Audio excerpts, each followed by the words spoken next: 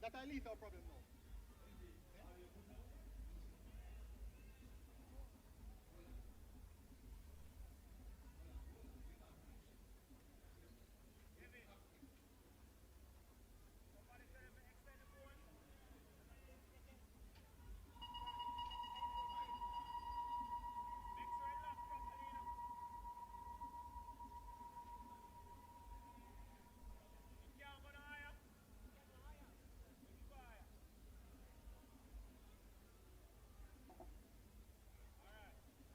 Now get them on screen. Just come. Eh? Just come. He's supposed to see it out, yeah?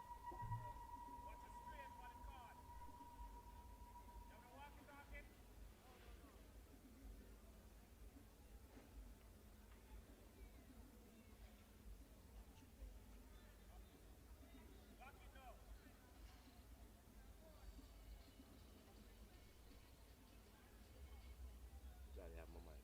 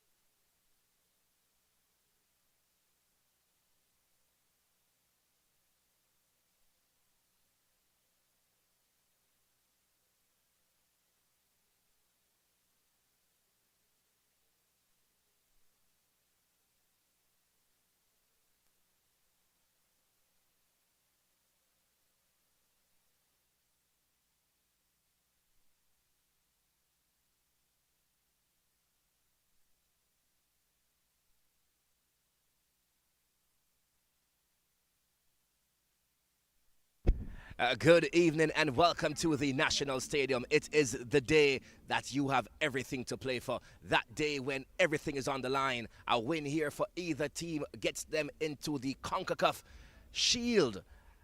And it's very important because these are the two big hitters here in Jamaica, the two money spenders, some might say. The team from St. Anne, Mount Pleasant Football Academy, taking on the team from Montego Bay United.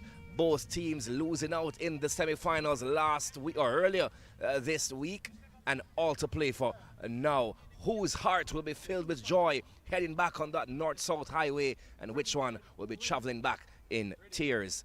Mount Pleasant Football Academy, they suffered a defeat to Portmore United, while Montego Bay United, they suffered their defeat to the hands of Cavalier. I am near Oxford. Along with me is John Stewart. John, just before going on here, you said that this is your team. What are you expecting from them this afternoon? Well, I've often said that I'm a guy that goes based on trends. I like to not necessarily go against the grain most times unless I just have an inkling that something will go wrong. But this is one of those days where I'm not inclined to go against the trend, even though I am, as you mentioned before, a Montego Bay United supporter. I have to go with the trends, and the trend is that Montego Bay United have often lost to Mount Pleasant. Of course, we lost to them last year in the playoffs, and we were beaten by them once more this year in the Jamaican Premier League. Last year this season, last match day, where we lost 2-1, and I have to say it was a deserved win by Mount Pleasant. And so I think objectively the right answer is that Mount Pleasant probably are coming into this as favorites. John, not to be a party pooper or anything, but they've played 17 times since their arrival into the Premier League here in Jamaica. 17 games. Mount Pleasant Football Academy have won 10 of those games. And you might want to think that MoBay would have won at least the 6. No, they've only won once. They've only beaten the St. Anne team once. A massive 33 goals have been scored by Mount Pleasant, while MoBay have only been allowed to score 12 on the team from St. Anne. Now, I know that Mount Pleasant loves to dub this match as the North Coast Derby, but looking at it, John, there's not really that much derby feel if you look at the statistics. Yeah, usually, to quote a famous meme, for it to be a rivalry, it has to be back and forth. It's not a rivalry if they always kick you behind all the time. So I definitely get the feeling that in Mount Pleasant's head is more of like a big brother, little brother thing. But nevertheless, these were the top two teams in the league portion of the season. And as the players get ready to come out, definitely expecting big things ahead. And as the teams make their way onto the National Stadium surface, we must really commend the ground staff here at the IPL. The number of matches been played on this surface in the past 2 weeks. The field has still held its own here. A lovely shower before the start of this one, and we expect nothing but the best from these two teams. Mount Pleasant Football Academy finished first in the league format, while MoBay finished second, John, and it brought up the questions again, or the concerns, or the conversation about how the league is structured and how the winner is decided. I actually received a text from my father after the game against Cavalier referencing that very point. And I have to say, to a degree, I understand where people are coming from. But if you look at the level of excitement that the playoffs has brought in terms of erasing that level of predictability, you're not raising a certain standard of, all right, I don't know what's going to happen, unpredictability in the playoffs, because it's not often that you see actually the best team in the regular season win. But here we have the man they call Turkle Man, Owen Gordon, coming out for his last appearance for Montego Bay United. Sure to be a memorable day for him, the Captain Fantastic. That did not look like it was his last appearance from MoBay, John. That looks like it's his last appearance on the big stage. A guard of honor given to a man who has spent many years scoring goals. As you mentioned, they call him Turkle Man, but I can tell you he's not slow at all. As the two teams get ready to greet each other, we will look at the starting 11s of both teams. Johnny, you look at the Mount Pleasant team, and before we get into that, a number of changes made by Coach Whitmore. 5 changes to the team that lost to Portmore. Yeah, a number of changes, as you said before. Angelo Excelus coming in today, as well as Krista J. Daly coming into the starting lineup, as well as Kamar Foster, former Waterhouse goalkeeper, I believe. So definitely some players who weren't necessarily starters right throughout the course of the season for Mount Pleasant, but given their depth, most definitely expecting big things from them. Before we look at that full 11 from Mount Pleasant, here's the 11 for Montego Bay United. Number 30, Davani Burton, he's in goal. Lucas Lima, he's the captain. Jamario Clark, Timar Lewis, Denvero McKenzie, Nasharda Gibbs, Philando Wing, Gerard Gabriel, Owen Gordon, Brian Brown, and Orlando Harding, the regular team by Coach Gilbert. And here is the Theodore Whitmore coach team. Kemar Foster, he's in goal. Kyle Ming, he's the captain. Gadil Irvin gets a nod today. Warner Brown, Krista J. Daly, Raheem Edwards, Clifford Thomas, Demario Phillips, Fitzroy Cummins, and Angela Excelus. We spoke shortly a while ago, John, about the changes. Let's look at the invitation now for Gadil Irvin, seeing Kimani Bailey going to the bench. Not sure what that change would have been about, but Gadil Irvin, a seasoned veteran in his left back position. Most definitely. I was surprised to not really see him feature all that much in the semi-finals.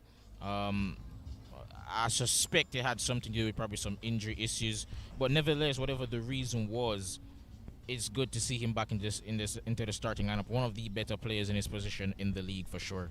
John, this is our third time seeing Mount Pleasant. We saw them twice in the semi-finals and now, but it's key to mention 3 games, 3 different goalkeepers. And it's something we would have spoken about before. It's not necessarily a policy that I agree with. I don't think you agree with it either. Right through the course of the season, for the most part, it was Tafari Chambers in goal, and then somehow for the playoffs it got changed, at least for the first leg, to, as well as the back part of the regular season, to Shaquan Davis being in goal. And then for the second leg, we saw Chambers come back in for Davis. It's a bit of a weird mix-up for me, and I don't think that is necessarily a good idea, because one of the best things that you can do for your defense is to give them consistency and structure, and it's hard for them to develop that chemistry, develop that confidence in their goalkeeper and in the back line as a whole when you constantly have the person in charge of marshalling that defense constantly changing. So it's a bit of a weird concept for me from Coach Tapa Whitmore, but nevertheless, they have one of the better defenses in the league. We'll see what they can do today. What's a strange concept is that you'd have to go back 3 seasons, John, to the last time Montego Bay United got a victory over Mount Pleasant, and it has to be done today should they want to venture off to the CONCACAF Caribbean Shield. As you know, the winner of the Shield heads on to the CONCACAF Caribbean Cup. As you see Xavier Gilbert there, he should be a little bit concerned about this one. He knows that he needs this win. Beside him there is his assistant Garnet Lawrence. He's actually the head coach of the Arnett Gardens female team. He's in the final of that one, so hopefully some silverware both on the male and female side coming in for him. And over at Mount Pleasant, here is the man himself, Theodore Tapa Whitmore. Might have a conflict right now being from MoBay, but there's also Davian Ferguson, his assistant coach on the bench, but the sporting director at Mount Pleasant Academy. So it's all to play for MoBay. Full red with a green trim down the side of their jersey. They'll be kicking towards downtown Kingston, while Mount Pleasant Football Academy, full blue with white trims, they'll be kicking towards Old Hope Road. A start for Krista J. Daly. John, Krista J. Daly came on in the semi-final and he brought some life to it. Most definitely did. But MoBay get out to the front foot, and I have to say I'm interested in the fact that they've started both Brian Brown and Owain Gordon.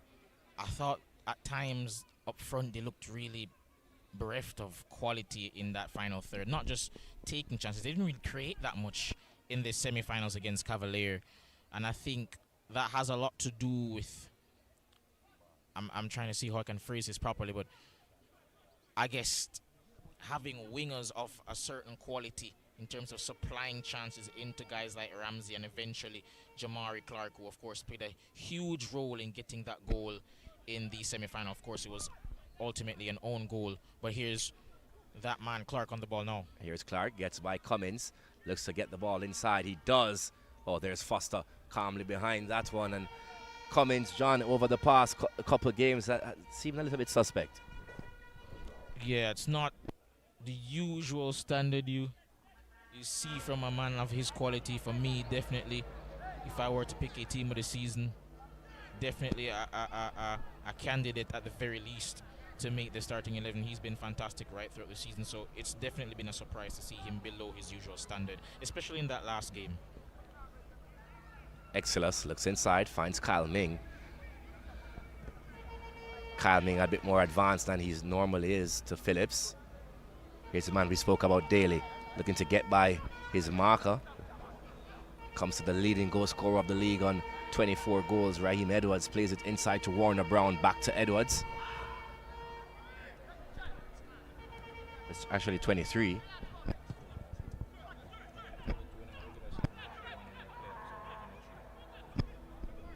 Here's Lima, plays a pass outside. Possession given away. Clifford Thomas comes out with it for Mount Pleasant to Krista J. Daly.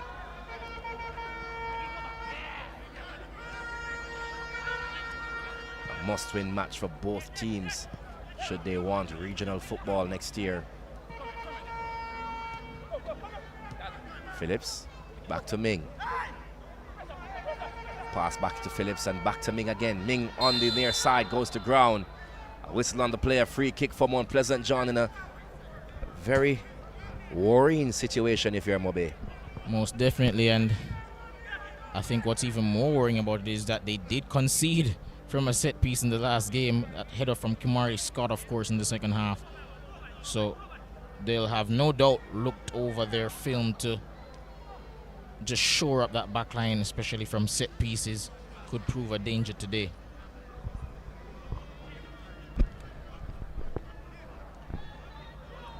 Seems to be Irving and Daly over it. If you know Mount Pleasant, you know that Gadale Irving is their free kick specialist. 5 blue shirts in the box. Irving leaves it. Daly swings it in. MoBay able to clear their lines through Harding, only as far as Daly.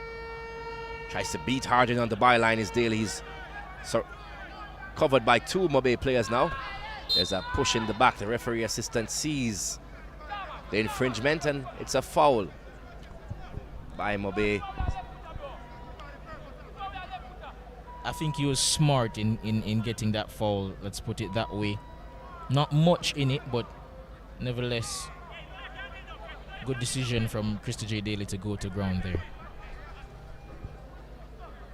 Not sure that they will leave it for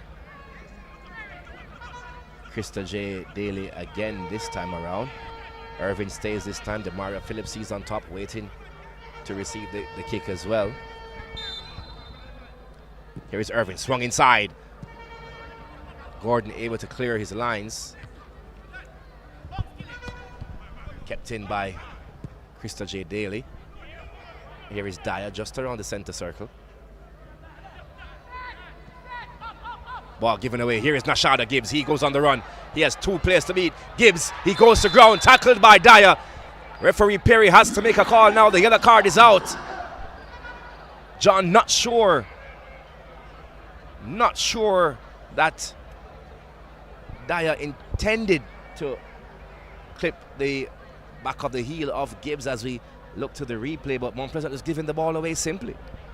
Yeah, and then it's a really clumsy challenge, as you said before. Not the intent of the player to commit the foul there, but in the end, that is a clumsy challenge. And I think the protests coming from Montego Bay were because they wanted a red card because they thought he was the last man. But if you can see on the replay here, he definitely has support behind him. So it's definitely, there's no danger of a red card there, in my opinion. A yellow card issued to Gadale Irvin as well.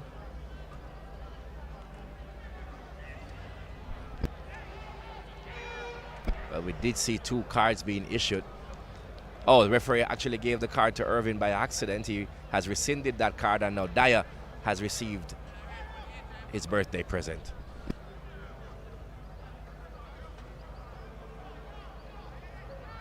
It seems Owain Gordon will be the man to step up and take the set piece. He has a couple of other candidates lining up, but what a game it would be for him if on his final day as a Jamaican Premier League footballer he were to get a goal to remember here.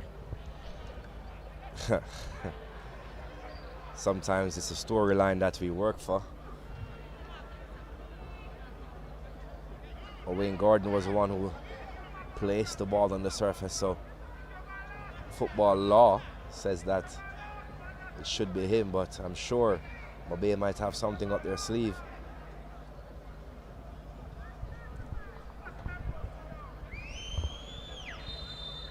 Here's a free kick. Here's Gordon, lines up, takes a shot! Deflected off a MoBay United member. Goal kick and anticlimactic there, John. Yeah, definitely saw the storylines being written already. Newspaper articles being dedicated to his goal there, but unfortunately it wasn't to be. Mount Pleasant on the move again. Ball intercepted by Lima, who is able to win himself a throw for MoBay. Throw is taken. Dyer intercepts. Here's Shaquille Dyer. Plays it back all the way home to Foster. Able to clear his lines and finds Edwards. Lovely pass to Clifford Thomas. Beautiful pass by him to Krista J. Daly. Here's Daly on the move. Cuts inside. Still Krista J. Daly takes a shot. Almost falling for Excelus, John. Mount Pleasant showing some fluidity finally after 8 minutes. And Montego Bay United have the ball right back. But I have to say, it's been back and forth stuff from both teams here.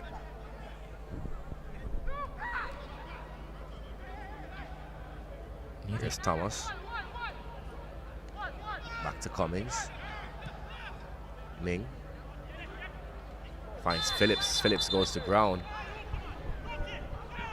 Bundled over by Lima. Free kick taken quickly. Lovely control by Gadale Irvin. Isolated, however, on the far left-hand side. He goes back to Clifford Thomas. Here's Ming. Newly invited Kyle Ming to the Unity Cup squad.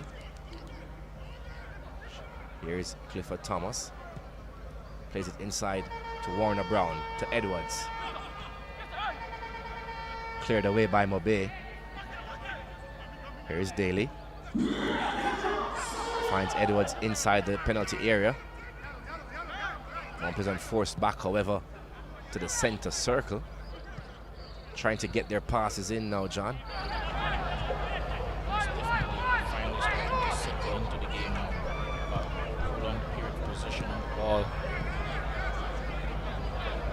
Must say, despite the sun not being out, extremely humid here at the National Stadium. Not sure that might play a factor. Both these two teams would have avoided the quarter-final round, finishing first and second in the league. Here's Cummins.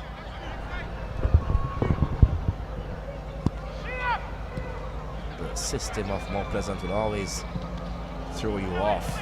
Seen Clifford Thomas dropping all the way, it seemed like he's a centre-back, John. Most definitely. So adept at controlling the game. And a cross coming in there from Mount Pleasant. Here's Warner Brown. Won the ball from Philando Wing. Perry said he did it illegally. Not really seeing that intensity, John, of two teams who need to win to make their way to regional football. Just about 10 to 11 minutes gone into the first half. I think it's a combination of factors, Neil, that has perhaps led to this slow start that we're seeing. One, as you mentioned before, is rather humid, and you should have been here earlier. When we were setting up, it was definitely blistering. It was really, really hot. But also, I think the emotions probably play a part as well. When you think about the letdown that these players would have experienced last week, there is this sense that even though that there is Caribbean Cup football and CONCACAF football at stake, there is that sense still that it's not necessarily what would have been the ultimate goal or the ultimate aim. Not it is that they're not trying, but that same level of passion or drive that would have been there to go to perhaps the final, it's always going to be difficult to conjure that up once more when you've been let down like that just a couple of days prior. As the player slowly makes his way to his feet, Nasharda Gibbs. Nasharda Gibbs, still under 22. Was a big standout at Jamaica College. Failed to win the Manning Cup, however.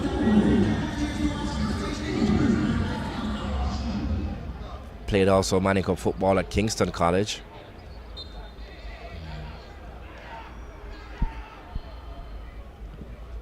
Ball played over. Headed away by Kyle Ming.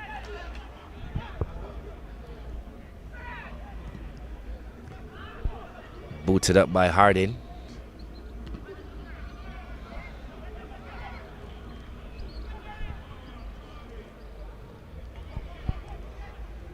Played back by Gordon. Here is Lucas Lima. Pressured by Krista J. Daly to Harding. Wing. Gives up possession. It comes back to MoBay, however. Timar Lewis. Given away to Phillips again. Plays the ball inside now to Edwards. To Exelas. Given away back to MoBay. Almost like a tennis match, John. Plenty of turnovers, and to be fair, I think that's been the bane really of Jamaican football right through the course of its tenure in the league. It's just been decision making in terms of in possession. It's just those passes in those short spaces, you'd want to see them make the right decision when not to over dribble, when to just put the right weight on the pass, as we're seeing here from Montego Bay United. Nashada Gibbs back on the park and draws a foul from Gadale Irvin immediately. Free kick for MoBay United, taken quickly.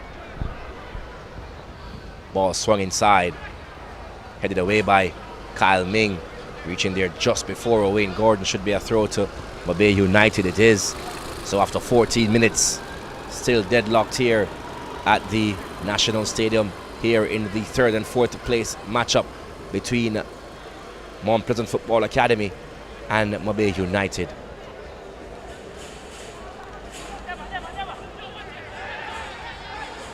Orlando Harding made his way to MoBay, literally coast to coast from Harborview all the way to Montego Bay United earlier this season. Plays the ball inside to Clark, who tries to bring it down. Clark to Lewis. Hard crunching tackle there by Krista J. Daly. And Exilus is off the mark, plays the ball inside, looking for Warner Brown. And goalkeeper Burton, quick off his line there, John. Good goalkeeping there. Did well to come off his line, as you mentioned before, on time. And again, once more, you're just seeing Montego United really looking sloppy in possession. Just needed to get his head up there before making the pass. Dyer to Thomas. Ming. Here is Kyle Ming. He's on the move. Attacking that penalty area of MoBay. He's brought to ground by Timar Lewis. Free kick for Mount Pleasant. And some might say in Gadale Irvin territory. It's a good opportunity here for Mount Pleasant to get a goal, but it also seems as an opportunity to get some medical treatment. And as they just take this little short break, I have to say, Montego Bay United's defense throughout the course of this season has let them down at points. Of the top 5 teams in the league, they have the worst defense statistically, I believe. And I think a lot went into that this season. Of course, the Trinidadian duo of Hospitales and Trimmingham weren't regular starters this year. Hospitales, of course, no longer at the club, but Trimmingham still there, but in limited capacity. But also, you see the implementing of certain players into unfamiliar roles. You see Flando Wing, who's usually been a left back for most of his career, especially when he was at Arnett. He's been a centre back this year and actually played rather well there, but not necessarily his favoured position. And Dever McKenzie, give him credit, he's also done his thing as well. But I remember I actually went to high school with him, and he was for the most part an attacking player. So perhaps a number of factors have gone into as to why Montego Bay United are not necessarily where they want to be defensively, at the very least statistically. Philando Wing, also a new transfer to MoBay, heading over from Arnett Gardens. MoBay, they have made a number of additions to their squad, but here now is Gadale Irvin, 5-man wall erected by goalkeeper Burton. Irvin and Daly is there. You would expect Irvin. Here he steps up, takes a shot to goal, straight into the arms of goalkeeper Burton. No trouble whatsoever. He boots away the ball quickly, looking for Nashada Gibbs, but it's goalkeeper to goalkeeper, John. And that's just one of those opportunities where if you're going to go long, I don't know if that was the right opportunity to do it.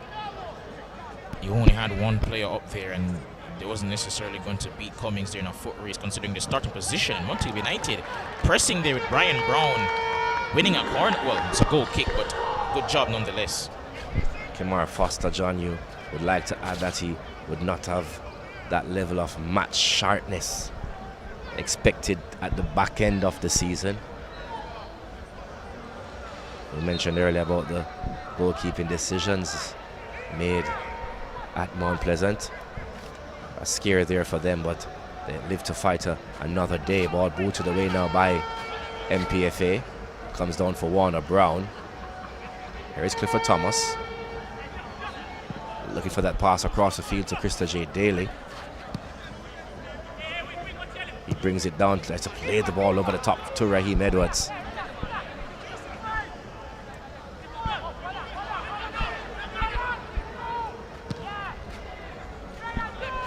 Booted up by goalkeeper Burton. Headed away by Dyer.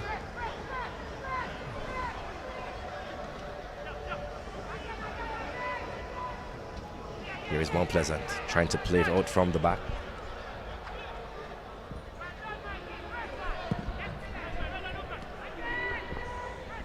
Thomas to Irvin.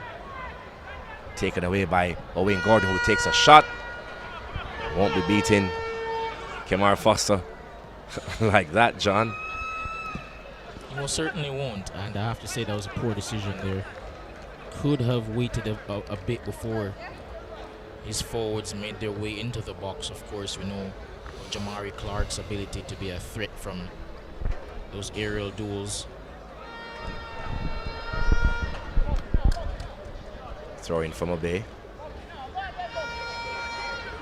Lewis brings it down to Lima. Here's Lima. Now to Gordon. He has a shot there. He takes it into the grasp of Kemar Foster, fully behind it, John. Mentioned his match fitness, but match sharpness. Match sharpness, rather, but comfortable save there for him there. Not much required of him on that occasion, but still had to make the save.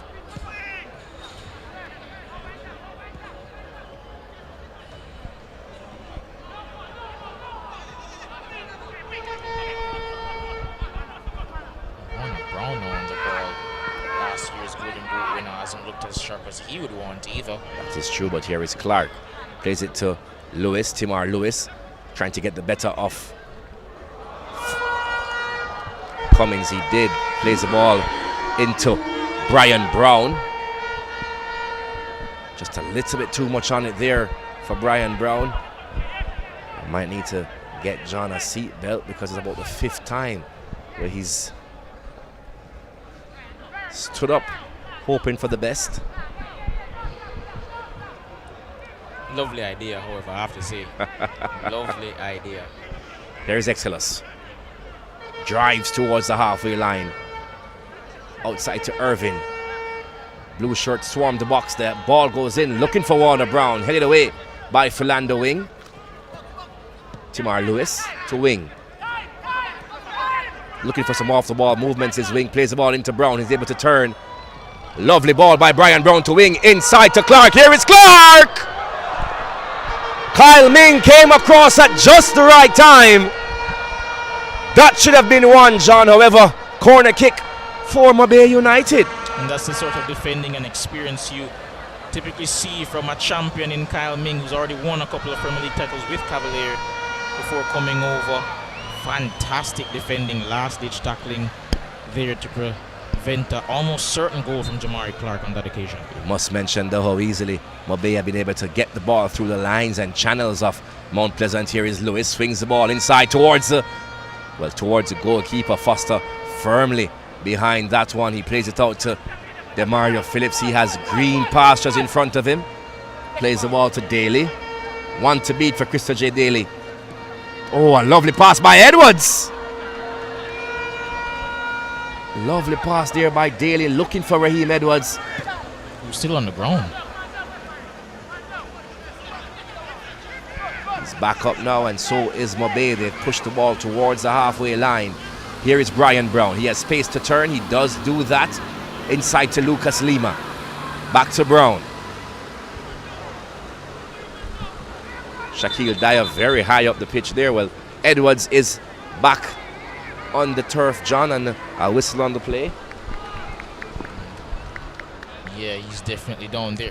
And I have to say, going back to that play where Raheem took the shot, I mentioned before that back in high school he was predominantly an attacking player, Devereux McKenzie, but showcasing his defensive expertise there on that occasion, and a reason as to why he's been a mainstay at that role at the back so far this season.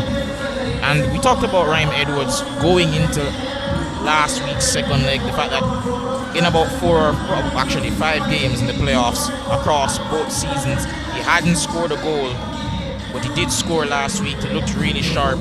Unfortunately, it wasn't to be for him in terms of the final result, but he did look really good in that previous game. That is true. However, I remember you mentioning that He was yet to score in the playoffs over his 2 seasons, but he had a fantastic finish against Portmore United. Earlier, John, we saw a matchup between Krista J.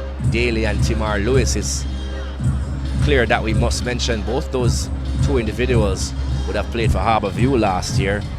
And you look around the pitch and see that the amount of talent from Harbourview that's on showcase right now, and you wonder, could it have been different if they were able to keep these players? You look at, I know there's Orlando Harding as well, was a Harbourview captain. Krista J. Daly, Timar Lewis, all inspirational and influential people to the Harbourview unit last year, John.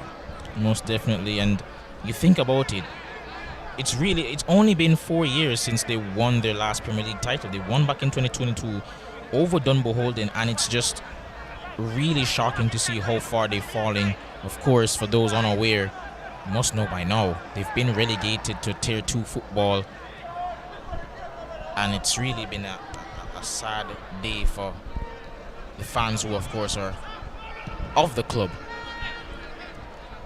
Here's Harding. Looks to play the ball up to Clark. There's I think Clark just holding on to Cummins, a whistle on the play. And if you're a Harbourview supporter, you might have some reassurance, as Humble Lion, who was relegated last year, only took 1 season in the Tier 2.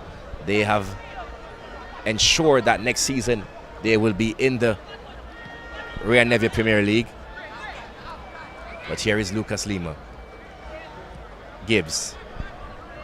Outside to Lewis.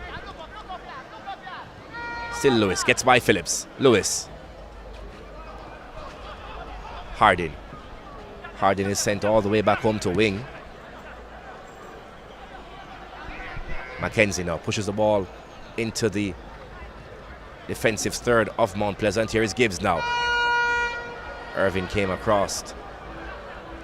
Won that quite easily, but then puts the ball into touch. It's a throw-in from MoBay. Throw taken quickly.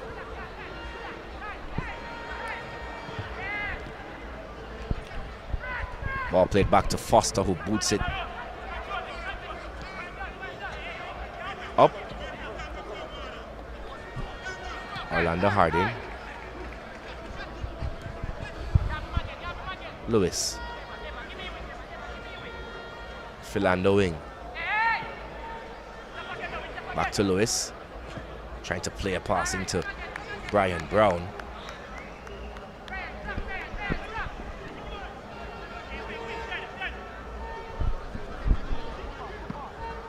Here's Edwards. Ming. Edwards still moving gingerly there. John, he goes back to ground. Play is halted, and this might be the end of him this afternoon, and it would be a sad case because he's set to leave the island tomorrow to go off to the Unity Cup in England. And in his place, I suspect it most likely will be Alex Marshall or Jabari Howell. And in the end, I have to say it has been a really disappointing turn of events, as you mentioned before. Not just making the national team squad for the Unity Cup, but really having the season of his life. Of course, went in double digits last season as well, scoring 13, but really broke out into stardom this year. So you definitely want to see that you want to make sure that he comes back from this injury better than before, because we know how hard it is to be the same player after returning from an injury. You can ask his teammate Warner Brown about that. Foster is down as well now. That might just be some time management to ensure that a change can be made. And it's Jabari Howell that they have summoned for John to replace Raheem Edwards. Might be going now to that one forward.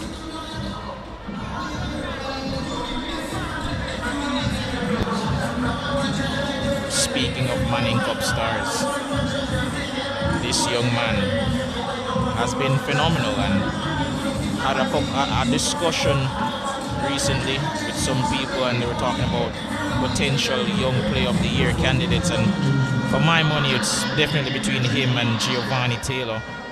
They've both been absolutely astounding.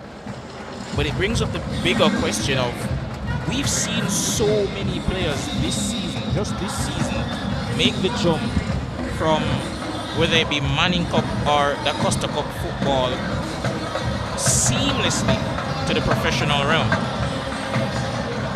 Well, that is true. You mentioned Jabari Howell. You have to mention Jamon Lyle. You have to mention Sean Layton. I think three of the top quality standouts. You have to mention Dustin Cohen, who is in the final of the Ray Navy Premier League. Just a schoolboy in September.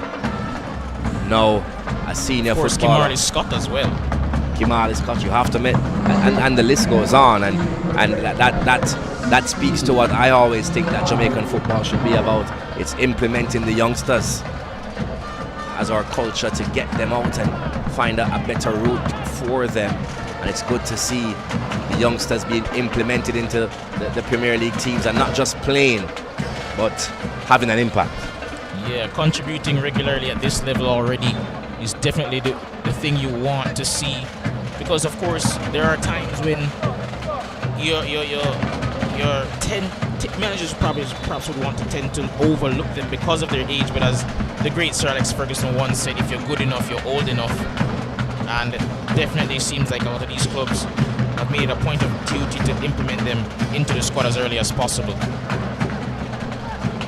So Jabari Howell, he comes onto the park to replace Raheem Edwards. Really hope that's not something serious for Edwards as he moves on to greener pastures tomorrow to represent the country. Ball played back to Foster, who boots it clear, but into touch. A throw-in for MoBay as we hit the half-an-hour mark.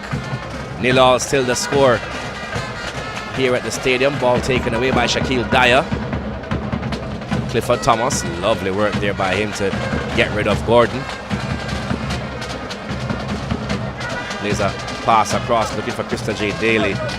Burton is able to come and claim that one, and I'd like to big up Soccer Express for their fantastic football here. The Nova Express highlight footballs.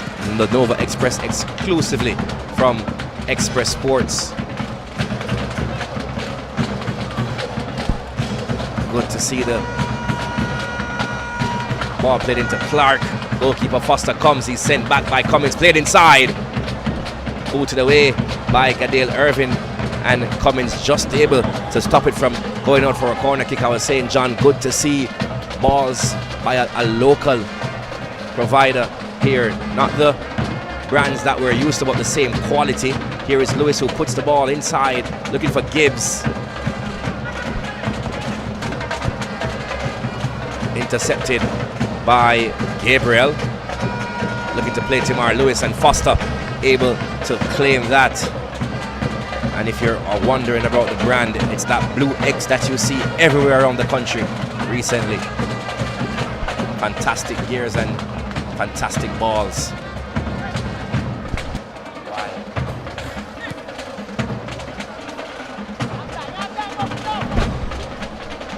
Here is Timar Lewis.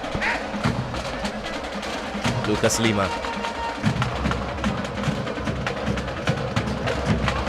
Philando wing to Hardin. Back to wing. Who goes all the way home to his goalkeeper.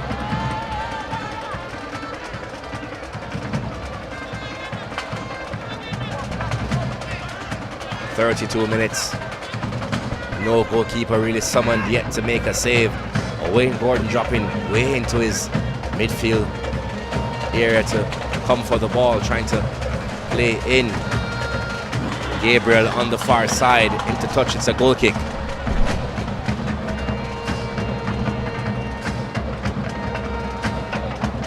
And just a reminder, ladies and gentlemen, we do have the final coming up right after this game, as we get a foul there on Mr. J. Daly. Cavalier, two-time defending champions, will be taking on Portmore United. Of course, the record holder for the amount of JPL trophies, most successful team in the country, versus the dynastic Cavaliers team of late. Should be a fun matchup.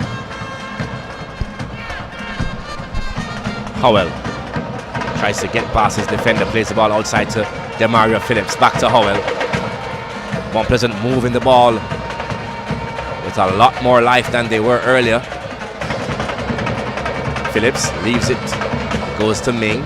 He's tackled up there by Clark, taken away, but here goes Brian Brown. He's tackled by Ming, still Brian Brown reaches into the box, tries to play the ball across. Goalkeeper Foster allows that one to pass his 6-yard area into touch for a goal kick. Montego United pressing the life out of the midfield there from Mount Pleasant, and that's something you don't see too often from Mount Pleasant here. All too often we see a lot of teams sit off of them because of how easily Mount Pleasant can pick you apart when you tend to go aggressive. But as we saw last week, that is the approach you want to take when you're playing this Mount Pleasant team. Don't let them breathe in the middle of the park, and that's exactly what Portmore United did, and they took the game to them, and of course triumphed in the end over the two legs to get to the final. Ball given away. Here is Brian Brown looking to play in Clark. It falls to Gordon. Takes a shot.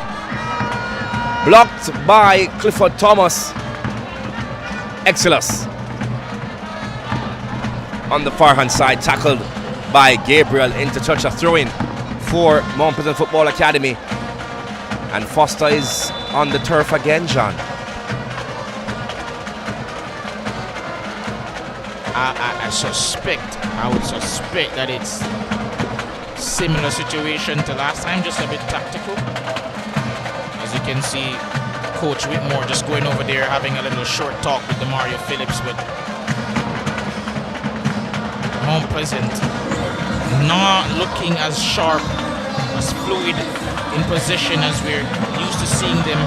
And I have to say, over the last 3 games or so in these playoff matchups, haven't looked their usual selves. And you just begin to wonder what is the reason for that, as to why they've not been able to replicate that regular season form. As both teams use this break to get some most necessary fluids. Coach Whitmore John still issuing instructions, this time now to Gadiel Irvin as his assistant issues instructions to the midfield area of the park. So we will agree, John, that maybe just tactical indeed.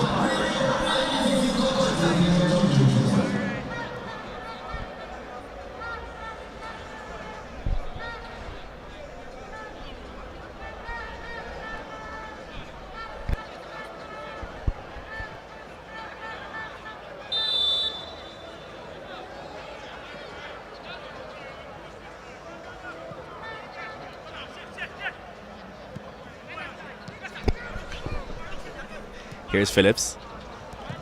Lovely 1-2 football there, finds Howell. He has excellence on the outside. Whistle on the play, free kick.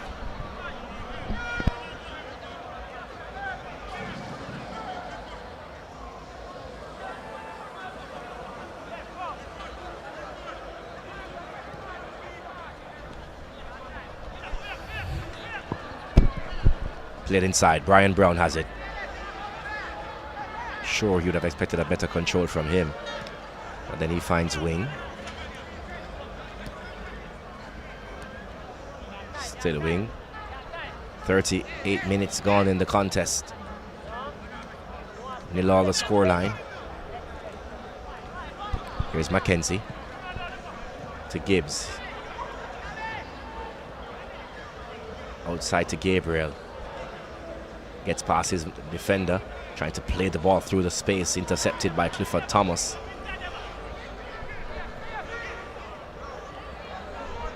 Lovely work there by Demario Phillips. He would know this Montego Bay team well, John. He played for MoBay, if I'm correct, last season. Yes, right. He definitely did before going back over to Mount Pleasant.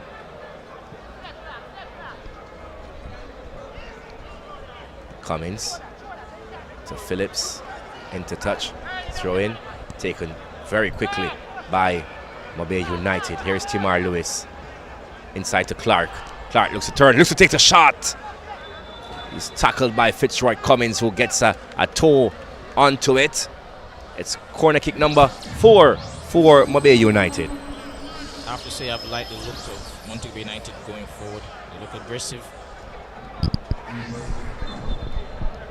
Timar Lewis is the corner kick taker. Swung inside off the head of Lucas Lima. Hits the crossbar. Comes back to Lewis. Still Lewis. Not the best of squares by him, but John Lucas Lima, a thunderous header by him, hitting the crossbar. Kemar Foster had no clue about that one. And those are the sort of situations you want to put Mount Pleasant in more often. Force them to have to defend those crosses coming in. You have the players that can hurt Mount Pleasant aerially, as mentioned before, Jamari Clark being one of them. But that was a fantastic cross from that corner. And Lucas Correa almost putting Montego Bay United in front there.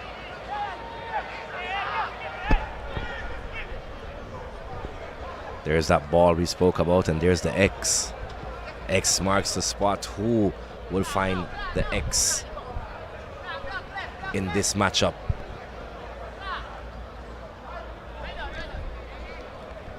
The net is yet to make any deposits.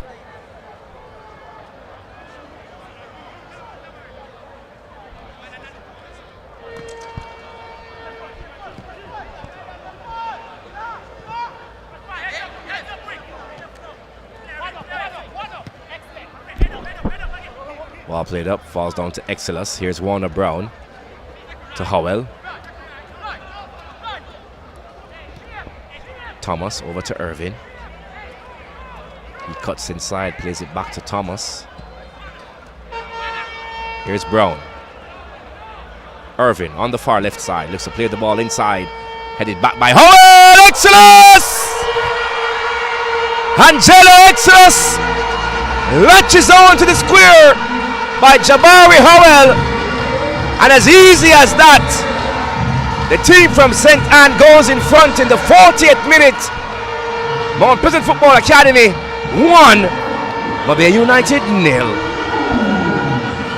They refer to Mount Pleasant as the stush in the bush, but I have to say that was some pretty stush defending. I have no idea what was going around at the back there.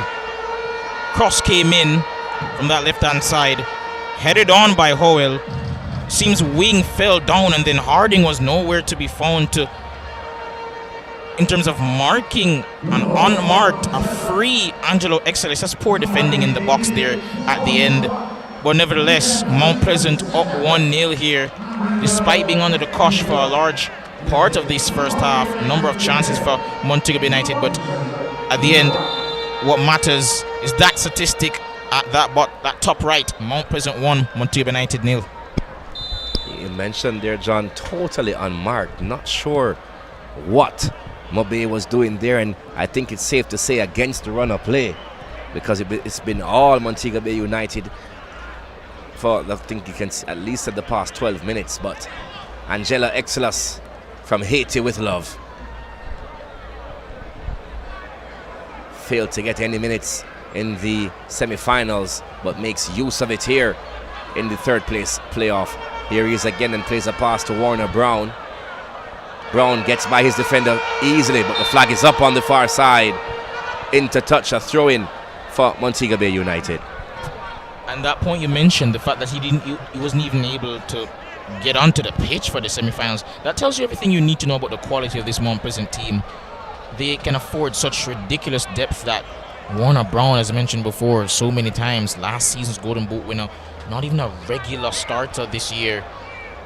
I just begs the question, what happened really in that semi-final? Because it's not an issue of talent, it's not an issue of how good they can be on their best days. Just they were outdone tactically.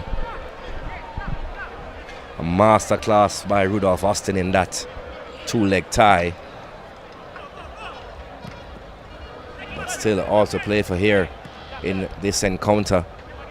We're in the 44th minute. A goal by Angela Exelos is the difference.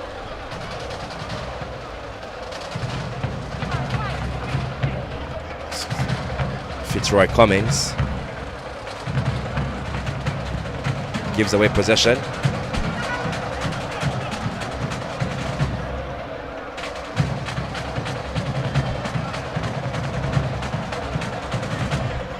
They've seen this MoBay team losing out on extra time to Cavalier.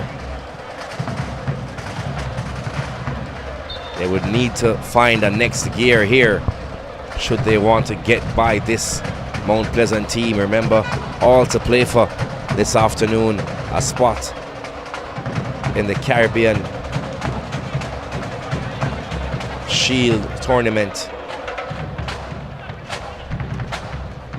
set for July later this year. And speaking of tournaments set for later, also saw Jabari Howell play pretty well for the under-20s, book their spot in the knockout stages. And should they win their quarter-final match, they should be one of the 4 teams that go to the under-20 World Cup.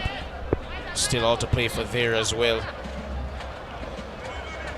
Timar Lewis to Harding. Philando Wing, he has possession, drives the ball into the heart of the Mount Pleasant defense.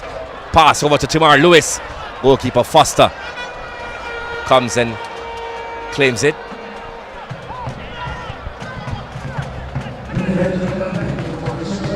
Four minutes indicated by the 4th official.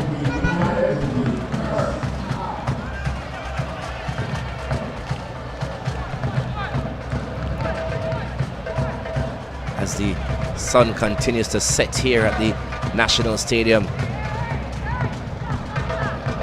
Despite the drums, there's a still in the crowd. The calm before the storm. The final, the super final gets underway here at 8 p.m.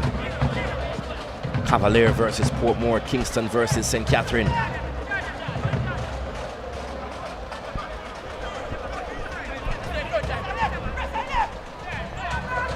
But still, the North Coast Derby is on the way. 1 goal so far, scored by Angelo Exilus. Here is Owen Gordon. Outside to Hardin. Gordon has possession and has space. Ashardo Gibbs. Here's Mackenzie. Philando Wing. Turns again, Philando Wing. Inside to Lucas Lima. Wing goes to ground, so does Lima. Whistle on the play.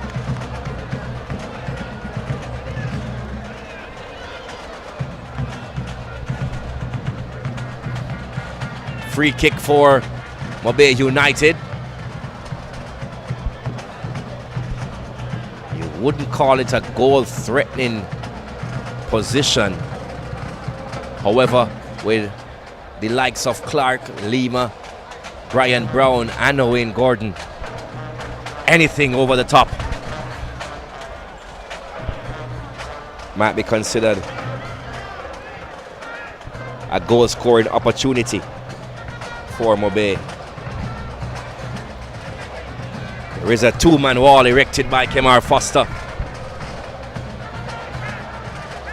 A high defensive line just atop the penalty area. Philando Wing, he's behind it. He runs up, takes a strike. And I know it's Sunday, but it's not Super Bowl Sunday. That one cleared everything here at the National Stadium, reaching onto the cycle track. Yeah, the less said about that effort, the better. But nevertheless, good to see Montego United still displaying some effort and creating some chances. Really looking fluid, but I have to say, Jamari Clark has looked really sharp thus far. Little tandem up top with Brian Brown. And I guess it begs the question, we saw Richard Ramsey start both semi-finals. You just have to wonder why Jamari Clark wasn't given more of a look in. He, of course, caused the lone goal Montego United would have scored in the playoffs. Have to wonder why he didn't get more of a look in. There he was yet again, forcing the error from the Mount Pleasant team. Here is Gordon. He turns beautifully, but then gives away possession to Clifford Thomas. Thomas was trying to play in. Exilus ball goes into touch, a throw for MoBay as we just have about 10 seconds left here. Ball given away though to Mount Pleasant. Here's Warner Brown, plays it back to Jabari Howell. Howell takes the shot. He's known to score from there, John. This time off the mark, nowhere close to the goal. There's a whistle from Alexi Perry. Half time, so after 45 minutes here at the National Stadium, Mount Pleasant Football Academy lead 1-0. But I'm sure Coach Whitmore will not be pleased. Yeah, not the greatest of performances from Mount Pleasant thus far, but in the end, what matters is the win. It's the result that they're looking for today. They won't really too much mind about the performance as much. So, going into the break, Mount Pleasant at the break do lead 1-0 thanks to a goal from Angelo Exilus. With that said, John, we head to the highlights.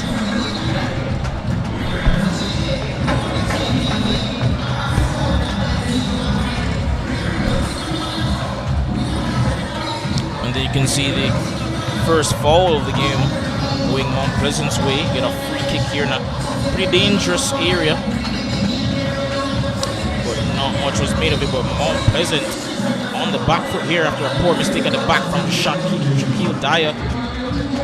Fouled a short of Gibbs there. Got a yellow card, and for some, perhaps fortunate to get away with only a yellow, but there's a free kick now coming in from Dale Irvin, their set piece maestro.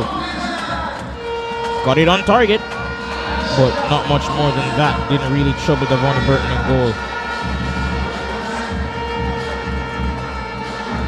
Dyer again making a back pass to Kamar Foster, a bit just not as sharp as you'd want. Hasn't really played much this season. Almost giving away a goal there, but now here's another strike, this time coming in from Brian Brown from some distance out. Central, however, and despite forcing a save, wasn't much more than a speculative effort. And another chance there from a big wonderful pass, or the idea from Brown, and another one coming in there.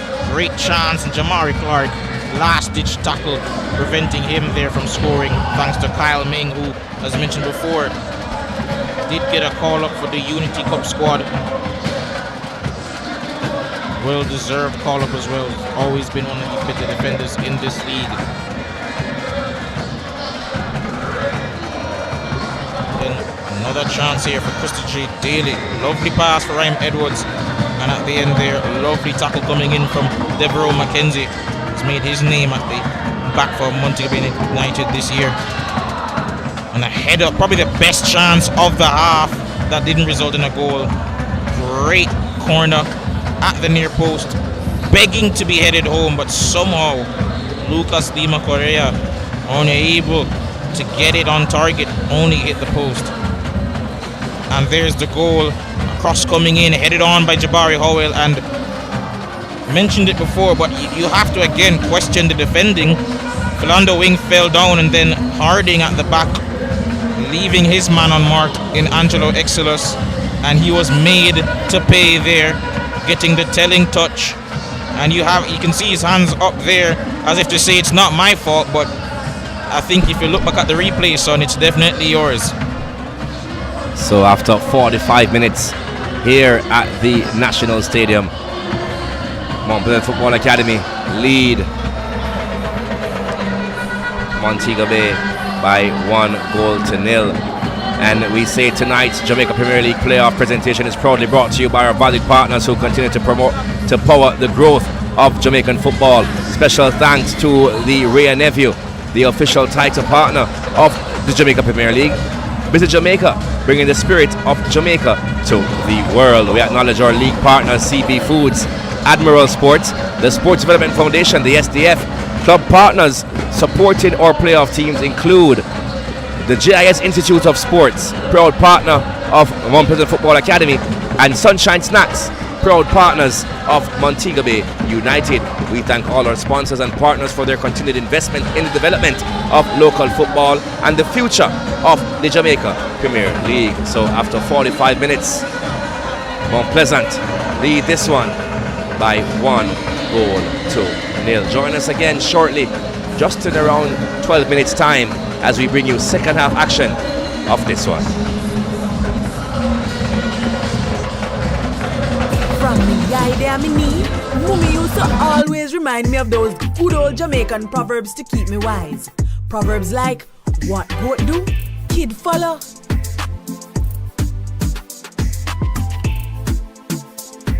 Good friend, better than pocket money. And if you can't catch Quaco, you catch him short. Just like the proverb Fosco Oats is ingrained in Jamaica. From me eye there me knee, Mummy used to always remind me of those good old Jamaican proverbs to keep me wise. Proverbs like, what goat do, kid follow.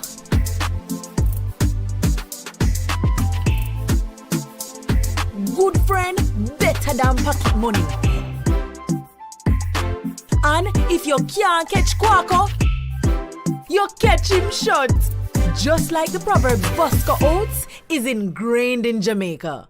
From me eye there me knee, Mummy used to always remind me of those good old Jamaican proverbs to keep me wise. Proverbs like, what goat do, kid follow.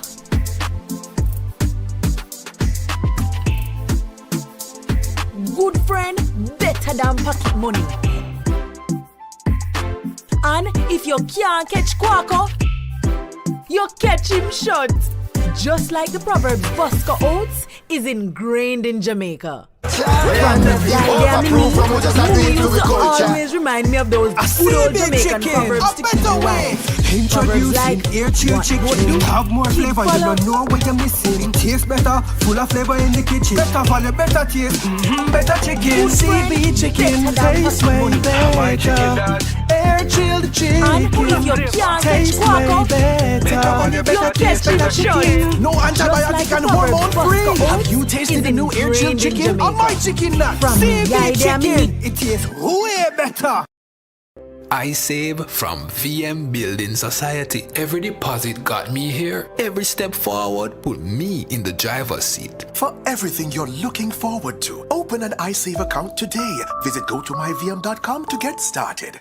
Every $25,000 you save with iSave earns an entry to win cash or a new home of your own. The more you save, the more entries you get, and every entry has a chance to win a brand new home of your own. VM iSave is the key to winning. Here's to the early risers, and we are here all-nighters, the go the extra milers, and let's do it until it works, workers. People who are powerful, because they power through, day after day, challenge after challenge. You see, true power is not something you can buy or collect. It's something that starts on the inside, and you always know it when you see it. Sunshine Snacks Peanuts, proud supporters of the powerful. Ray and Never, feel we culture, yo! New beginning, we winning, so share our spirit where you living, yeah. Share it! I make we all a one bar, you don't know we come from far. From far, anytime we rep, feel we country. Rear rum, it have to come with we. No matter with the bad vibes. Poor rear rum, a celebration time. I feel we culture. Make we show ya Jamaican culture. Ray and Nephew, overproof from we just a do it for we culture. A CB chicken, a better way. Introducing air chilled chicken. It have more flavor, you don't know what you're missing. It tastes better, full of flavor in the kitchen. Better value, better taste, better chicken. CB chicken, tastes way better. Air chilled chicken, taste way better. Better value, better taste, better chicken. No antibiotic and hormone free. Have you tasted the new air chilled chicken? My chicken nut, CB chicken. It tastes way better. I save from VM Building Society. Every deposit got me here. Every step forward put me in the driver's seat. For everything you're looking forward to, open an iSave account today. Visit gotomyvm.com to get started. Every $25,000 you save with iSave earns an entry to win cash or a new home of your own. The more you save, the more entries you get, and every entry has a chance to win a brand new home of your own. VM iSave is the key to winning. Here's to the early risers, and we are here all-nighters, the go the extra milers, and let's do it until it works, workers.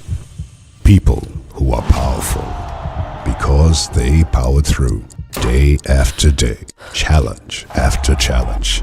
You see, true power is not something you can buy or collect. It's something that starts on the inside, and you always know it when you see it. Sunshine Snacks Peanuts, proud supporters of the powerful.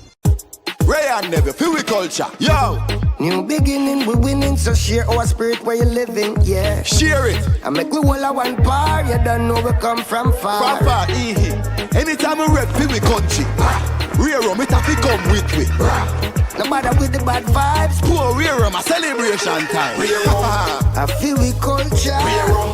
Make we show ya Jamaican culture. Ray and Never, overproof from we just a do it to we culture. A CB chicken, a better way. Introducing air chill chicken. It have more flavor, you don't know what you're missing. It tastes better, full of flavor in the kitchen. Better value, better taste, better chicken. CB chicken, tastes way better. Air chilled chicken, taste way better. Better value, better taste, better chicken. No antibiotic and hormone free. Have you tasted the new air chilled chicken? Or my chicken nut? CB chicken, it tastes way better. iSave from VM Building Society. Every deposit got me here. Every step forward put me in the driver's seat. For everything you're looking forward to, open an iSave account today. Visit gotomyvm.com to get started. Every $25,000 you save with iSave earns an entry to win cash or a new home of your own. The more you save, the more entries you get, and every entry has a chance to win a brand new home of your own. VM iSave is the key to winning. Here's to the early risers, and we are here all-nighters, the go the extra milers, and let's do it until it works, workers. People who are powerful, because they power through, day after day, challenge after challenge. You see, true power is not something you can buy or collect. It's something that starts on the inside, and you always know it when you see it. Sunshine Snacks Peanuts, proud supporters of the powerful. Ray and Never, feel we culture. Yo! New beginning, we winning, so share our spirit where you living, yeah. Share it. I make we all a one bar, you don't know we come from far. From far, anytime we rep, feel we country. Rear rum, it have to come with me. No matter with the bad vibes. Poor rear rum, a celebration time. I feel we culture. Make we show ya Jamaican culture. Ray and Never, overproof from we just a do it to we culture. A CB chicken, a better way.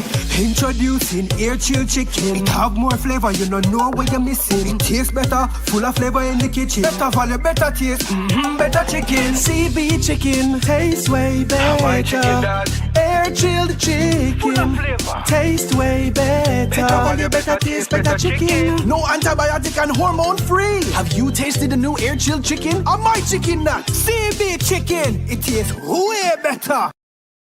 iSave from VM Building Society. Every deposit got me here. Every step forward put me in the driver's seat. For everything you're looking forward to, open an iSave account today. Visit gotomyvm.com to get started.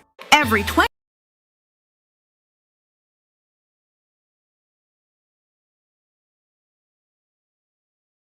here in the Great Nathan Premier League third and fourth place matchup between Mount Pleasant Football Academy and Montego Bay United. First versus second from the regular season, and now it's all to play for a space in the CONCACAF Caribbean Shield. Mount Pleasant, with a goal from Angela Exlus, ensured that they went into the break leading 1-0 against MoBay, and MoBay now have to find a way back into this one.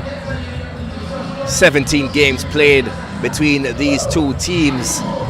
MoBay only winning once in the fixture history. So a lot left to be done here by the Xavier Gilbert coach team. I'm Neil Oxford. Along with me is John Stewart. John, in the position that you are familiar with, playing against Mount Pleasant, being a MoBay supporter, but tell me, John, how do you plan to come back into this one? Well, I can't tell you that, my boss. Is that is up to the coach, Xavier Gilbert, but I can speak only from a fan's perspective. Montego United, they have acquitted themselves well in the final third. They've created a number of chances. Jamari Clark has looked lively. Brian Brown has combined really well with him up top at times.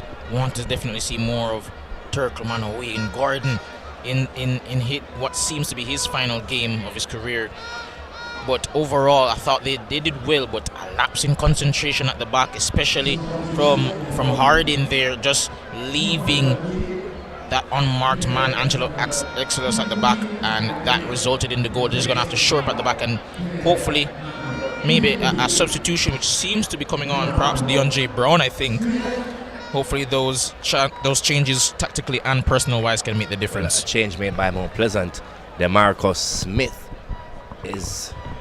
has been brought on to the defensive area of the park of Mount Pleasant, while Kimoni Bailey, he's on now for Shaquille Dyer. So 2 defensive changes there for Mount Pleasant, and off goes number 7 Orlando Hardin, and if I'm correct, that looks like Malachi Sterling making his way onto the park for Montego Bay United, wearing the number 27. It is him, Malachi Sterling.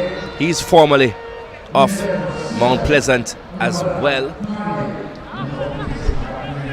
so he replaces Orlando Hardin. We're underway here, 45 minutes left. Scores remain the same. Then Mount Pleasant would be marching into the CONCACAF Caribbean Shield and confirming 3rd place. Meanwhile, MoBay would finish 4th, and the season would have really been for nothing. So they have everything left to leave on this pitch in the next 45 minutes.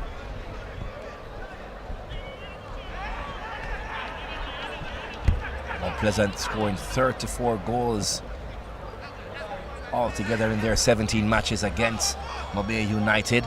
MoBay only so far able to break down the Mount Pleasant defense on 12 occasions.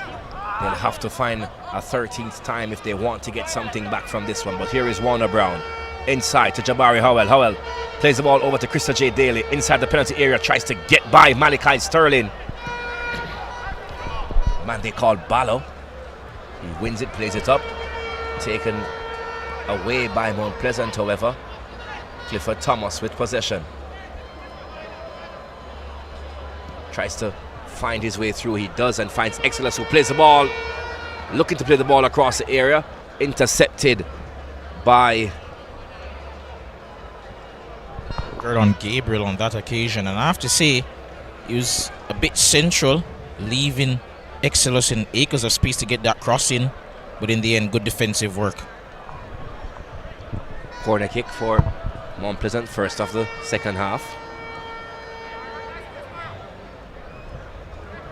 Swung inside by Exodus, heads go up. Fitzroy Cummins gets his head to it. Goalkeeper Burton comes and claims it.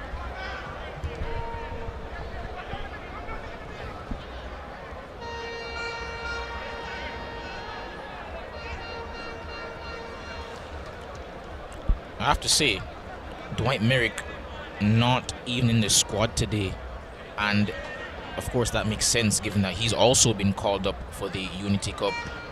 But it does beg the question, perhaps Mount Pleasant should have followed a similar route with Ryan Edwards, because he has gone off injured.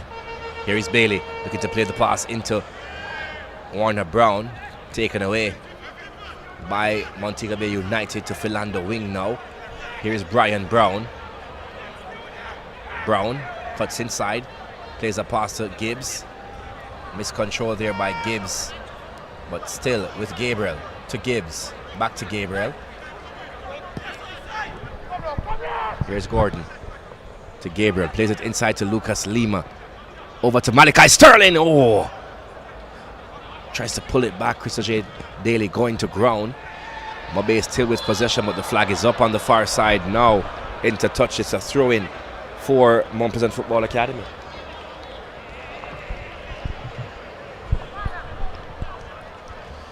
And we also talk about players who aren't available today. What about Jordan Fletcher? Of course, left midway through the season, and at the time was the top goal scorer in the competition, 13 in a staggering just 15 games. And as John continues to reminisce of what once was, the score remains Mount Pleasant Football Academy 1, MoBay United 0. Jordan Fletcher would have worn the red and the blue of MoBay and Mount Pleasant respectively. Whistle on the play, free kick for MoBay, John. What we could have done with his services in the playoffs, but nonetheless, we move. And they have a free kick here, a good opportunity, which will be taken by Tamar Lewis. What can they conjure up from this set piece? Lewis, the numbers are up for MoBay. 6 players along the goal penalty area. Make it 7 now. Tamar Lewis puts the ball in, looking for the back post to Gibbs. He's shielded out by DeMarcus Smith. Goal kick for Mount Pleasant.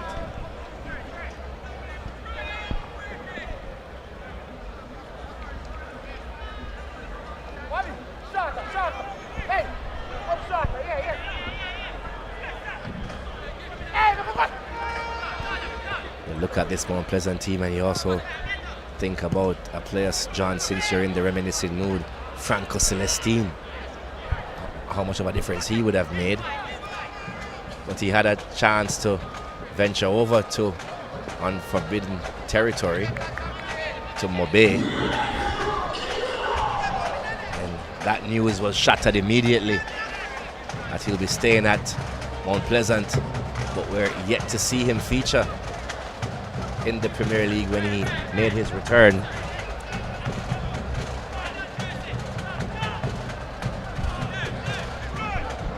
But here is Nashada Gibbs trying to play in Clark. He's hounded by Irvin. Clark plays the ball inside, intercepted by Fitzroy Cummins. Here's Phillips. Irvin.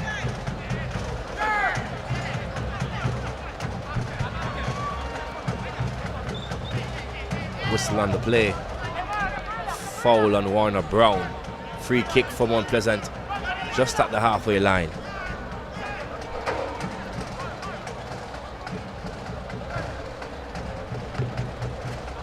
Here's Bailey.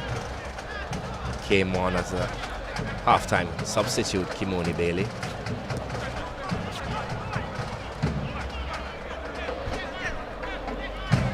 Cummins. Over to Irvin.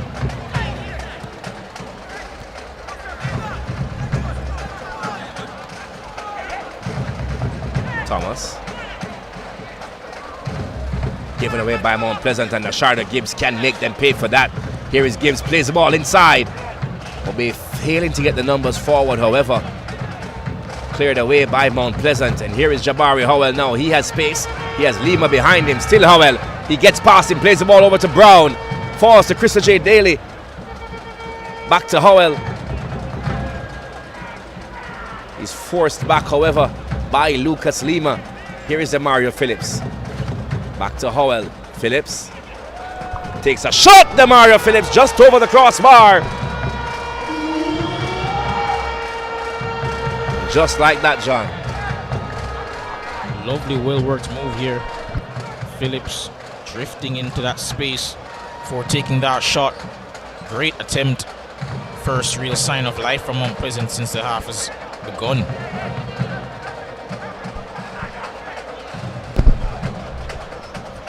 Not sure you've been following the league, John. Mount Pleasant have brought on DeMarcus Smith. Can you tell me anything about that player?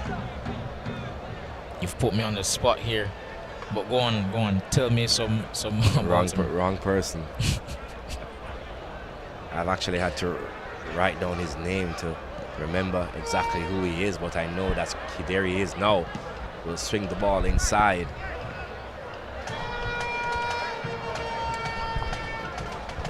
I'm not sure if he's an academy player.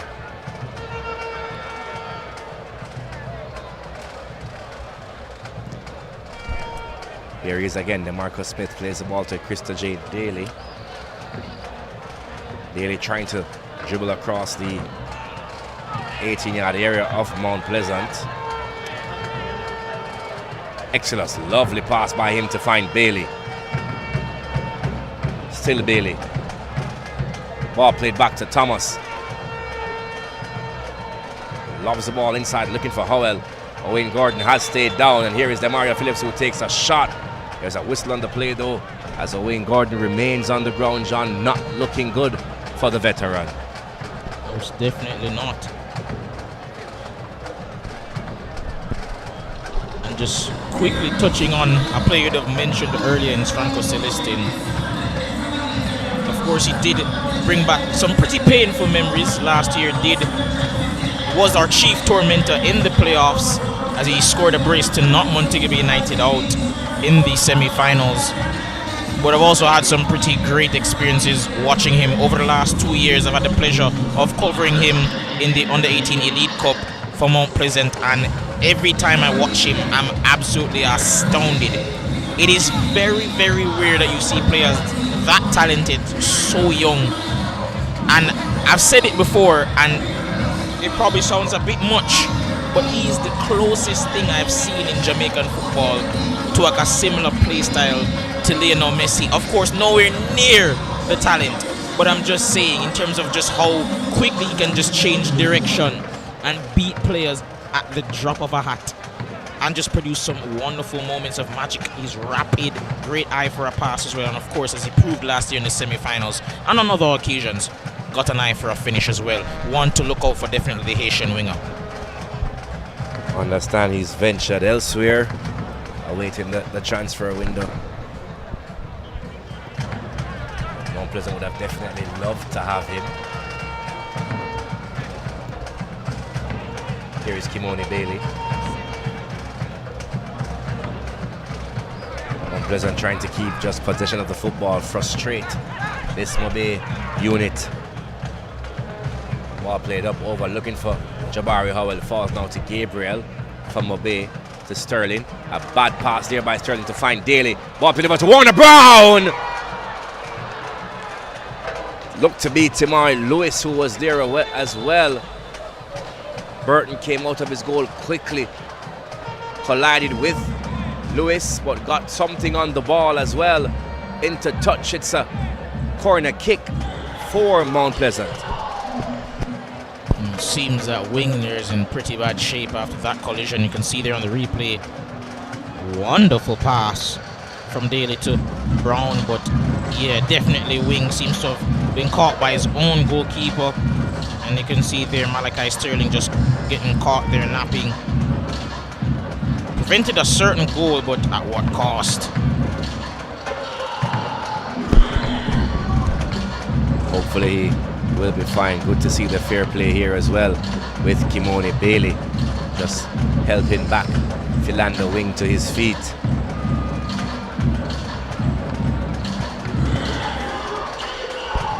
Corner kick for Mount Pleasant.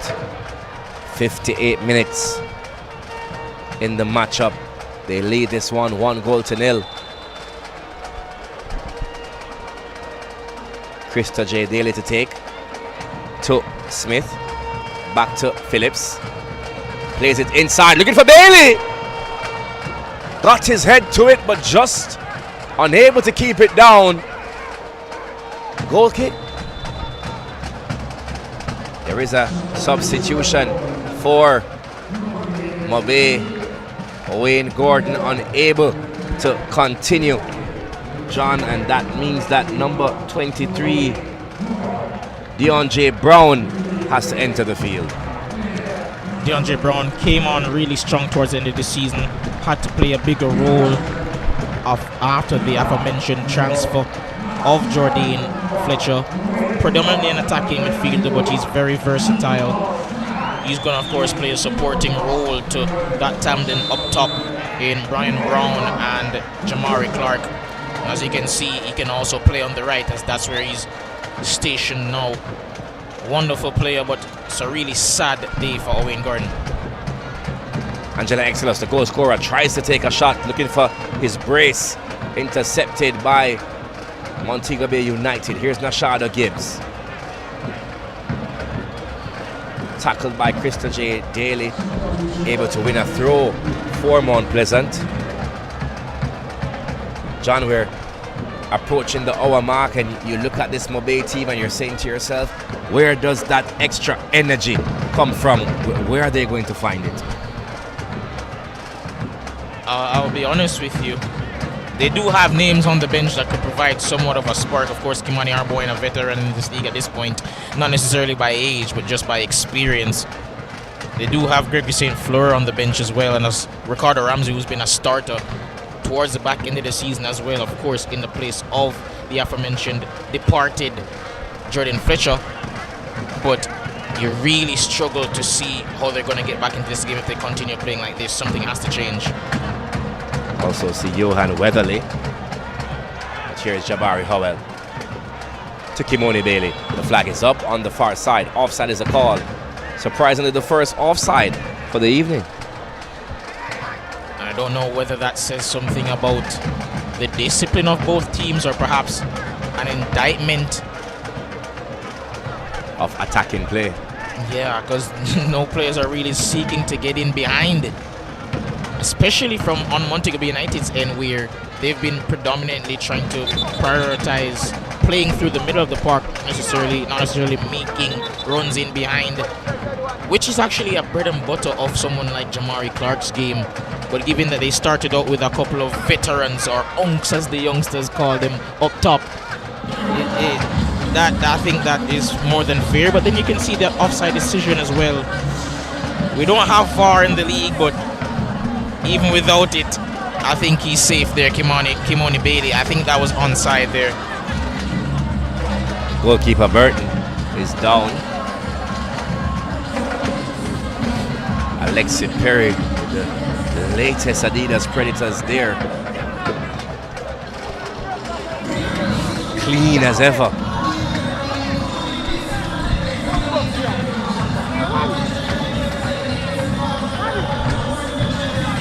And actually, this is DeMarco Smith's fifth appearance now of the season. Apparently 18 years of age. So yes, he's definitely an academy product, but not necessarily a highly touted one. Wouldn't have seen him in any of the youth cup competitions, but given the fact that he's been getting some game time, most definitely a player that they're looking to for the future. As you go back to that shot, you can get boots like that at Soccer Express, just like how you can get the Nova Express football exclusively at Express Sports. For all your latest, and I can tell you, John, I've kicked this ball a few times. It's of high quality. The standard is really good, and that's why you can find it at the Premier League semi-finals and the third place playoff, and I'm sure it will be used for the final as well. The Nova Express match ball delivers professional grade performance on all playing surfaces and meets international match standards. Proudly sponsored by the Express Sports for the Jamaica Premier League 2026 playoffs. I wonder if it will be used in the Women's Premier League final. Well, that's actually sponsored by another entity, but I ensure to use it for my home games. So that's why I can tell you about the ball. It's a fantastic ball. And in times like these, the quality for the price works out just right. So head on over to Express Sports.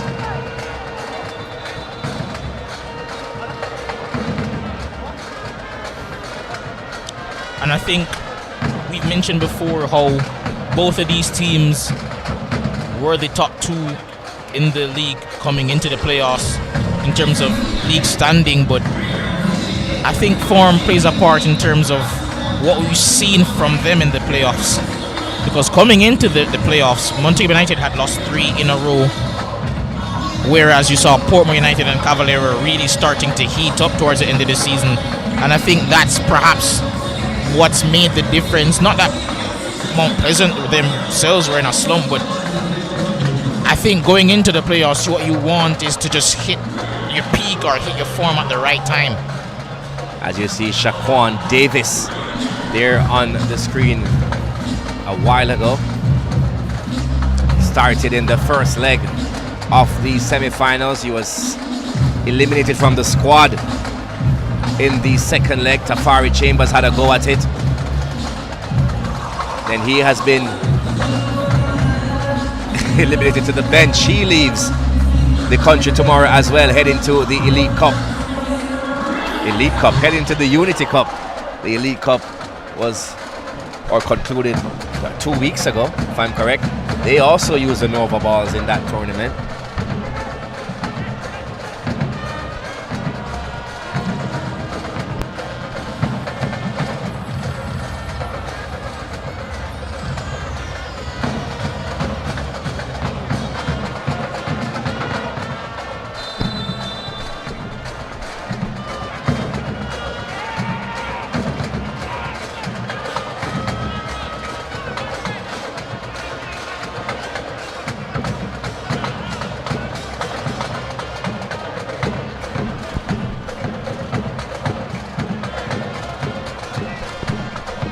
Action back on the way here at the National Stadium. Here's Montego Bay United. Timar Lewis has it, tries to play the ball into Brown. He finds Brown, still Brown. Brown takes a shot at the back post. There is Brian Brown. Brian Brown gets the equalizer. It was Brown to Brown, and it was a big man from Russey's High, Brian Brown, who ensures the ball was guided into the back of the net. All started with the substitute Dion J. Brown. Played the ball over to Brian Brown at the far post. The ball actually hits the upright, and then Brian Brown guides it in. Not even sure John he knew much about it. And we spoke about the injection of pace coming into the squad and dynamism coming from DeAndre Brown in place of the I was going to say elderly, that's disrespectful, but the veteran Owen Gordon. And I have to say, DeAndre Brown, he looked every bit of his age there. Fantastic skill to beat a couple of defenders before putting an expert cross into that corridor of danger, as we like to call it as analysts. Beautifully well placed cross into the path of, as you mentioned before, the veteran striker Brian Brown, as there's a shout for a penalty there, but referee waves that off. We wondered where the bit of life would come from, and it's come from that man there, Dion J. Brown. Here is Clark now to Brian Brown, the goal scorer, plays it over to Nasharda Gibbs, and we could be in for a very exciting 25 minutes, John. And Brian Brown getting his 6th of the season, setting up what could be, as you said before, a pretty eventful and exciting climax for this game. Mount Pleasant, as you mentioned before, getting the better of Montego United right throughout the course of their 10-year tenure in the Premier League. And especially this season, they've had the better of Montego United, but we've seen a number of trends bucked in these playoffs. A number of teams coming into this would have been heavy favorites over some other teams based on regular season form in those previous matchups, but Montego United will be hoping to do the same here today. A number of changes made by Mount Pleasant. Alex Marshall has made his way onto the park, also has Shaquille Bradford. So they are now saying that we have to get another foot on the gas pedal, full speed ahead. A brand new attacking unit for this Mount Pleasant team here in the second half.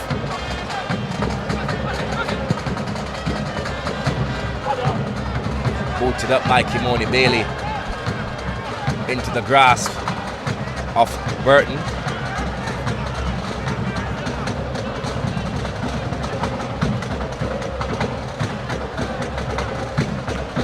Look at that Nova fly through the sky. Finds now Exilus, tries to play the ball into Shaquille Bradford.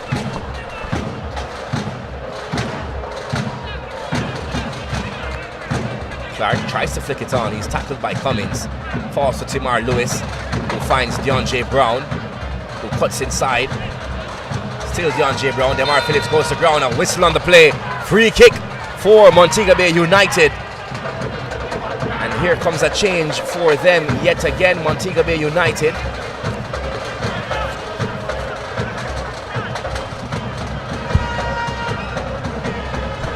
See the change will be made now before this free kick. Yes, it is. Coming off is the number 9, Jamari Clark. And coming on will be number 29, Ricardo Ramsey.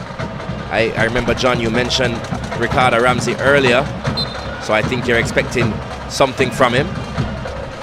Most definitely am. And a cross coming in here. Punched away by goalkeeper Foster. Still MoBay to Malachi Sterling. He tries to get by the defender. He does. Plays the ball across. We saw the ripple of the net. Almost tricked us. Side netting off the boot of Gadale Irvin. And just for a moment, it was a heart-to-mouth situation there for Mount Pleasant. Fantastic cross from Sterling. And that's what he offers as an outlet down that left-hand side. The corner comes in. It's headed away by Demario Phillips. Brian Brown would allow it to just go out into touch. Throw in for MoBay. And all of a sudden, John, MoBay have found themselves in the driver's seat. I mean, they did look the better team perhaps for much of the first half as well. So I'd say they take a deserved goal here. They have a real chance to even grab a winner, but no Mount Pleasant on the attack. Shaquille Bradford, he has it. Over to Alex Marshall. Exilus free at the back post. Marshall plays the ball inside to Bradford. It comes over looking for Exilus. It does find him now, though. There's a whistle on the play. Yellow card immediately for number 31, Gordon Gabriel. Not sure why the referee stopped it though, John, because Exilus was clear through in on goal. Mount Pleasant would have hoped for the advantage, but it was deemed reckless by the referee. Looking back at the replay though, might have been more than a yellow card to my liking. I'd have been upset for that one. Here is the replay here, John. You can see it was a follow through by Gabriel that referee Perry was against. But to be fair to Gabriel, his foot is going. Well, as a matter of fact, I did say it. Here it is. The yellow card has been rescinded. A straight red card issued to Gabriel. I said it, John, looking at that play, that seemed to me as very, very intentional, very, very overly aggressive, and not sure if referee Perry is listening to the commentary. But here is it, a closer angle here, John. You can see went right over the ball and right into the chest of Jabari Howell, and I think the referee has gotten this one right. It's a hard disagree there, of course, maybe a hint of bias, but I have to disagree. Yes, he could have put his foot down a bit quicker, but that's a natural follow-through motion, in my opinion, at the very least. And I just think that's a bit harsh. In the end, he's gonna have to walk there. And now for the remainder of the 17 minutes plus possible stoppage time, Montego Bay United gonna have to do without a defender, which could prompt them into a change here. Okay. My co-commentator is looking at me, and I have to say, on looking at it again, most definitely does seem to be some sort of malicious intent there, and in the end, perhaps a deserved red card. But nonetheless, Montego United still have to defend here with a man down, and Mount Pleasant have yet another advantage here. Can they capitalize? 15 minutes to go here at the National Stadium. MoBay down to 10.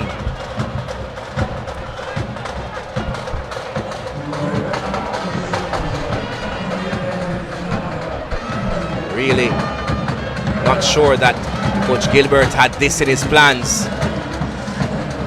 Just finding the equalizer through Brian Brown and now having to go down to 10. Free kick for Mount Pleasant. Gadale Irvin, he's behind it, as well as Demario Phillips. Will they try to goal from here? It's just around 30 yards out. Plays it over to Kimoni Bailey. Bailey gets by his defender, looks to play the ball inside. The heads go up! Found Shaquille Bradford, unable to get a clean finish on it. Booted away by Burton. Foster comes, claims it. He goes to ground and whistle on the play, John. Pleasant, as mentioned before, beginning to grow into the second half. For much of the game, it's been all red and blue. They've been swarming the box of the St. team, and I have to say, Mount Pleasant have really looked good, and that cross coming in there from that free kick looked really dangerous. But as a couple of players go over just to receive some instruction from Coach Xavier Gilbert. As we introduce the president of the Phoenix Sports Management, Casey Butler.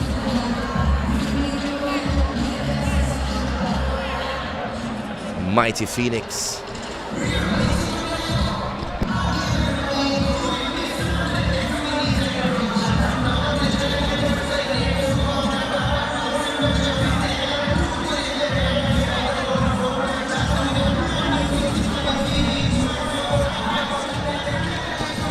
I'll give him credit though. They were, even to the very last 2 or 3 weeks of the season, within a shouting this, well, some distance of making the playoffs, and not many would have expected them to be in that position going into the season. So not a bad job done by Craig Butler at all. Well, there he is, the man himself. Has somewhat changed the atmosphere of Jamaican football. Big names like Leon Bailey and DeJohn Whisper Richards, and you have to somehow throw Sean Layton into that. Sean Layton has been one of the best under 20 talents that we've had over the past 2 years, John. Yeah, came in and was actually one of their top goal scorers in the league this season, even at just 18 years old. Such an unbelievable talent.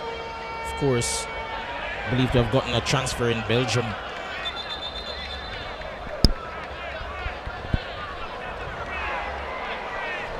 We await the transfer window to be open to see about that, but here is Exelos now. The goal scorer from Mount Pleasant plays it over to Kimoni Bailey, who plays it inside. Booted away by Philando Wing. Timar Lewis tackled by Bailey. Whistle on the play.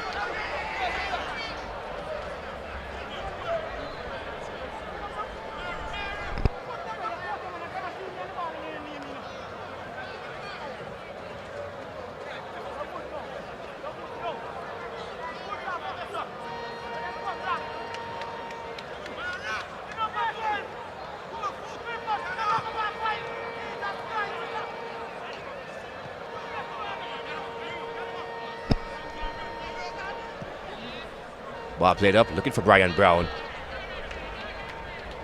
Fitzroy Cummins leaves it for his goalkeeper. Plays it quickly. Here is Gadale Irvin. Kimoni Bailey back to Irvin.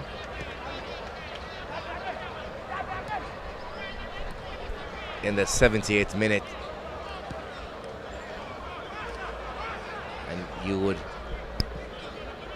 think that Mount Pleasant would be in the ascendancy now, having the man advantage. Demaria Phillips with possession. Inside to Alex Marshall. Here is Marshall. Over to Exilus in the penalty area. Oh, lovely step overs by Exilus there, trying to get by Nashada Gibbs. Gibbs goes to ground. Corner kick, John. Of course, their lone goal scorer on the day, Angelo Exilus, has been phenomenal on that left-hand side for Mount Pleasant, getting a corner there.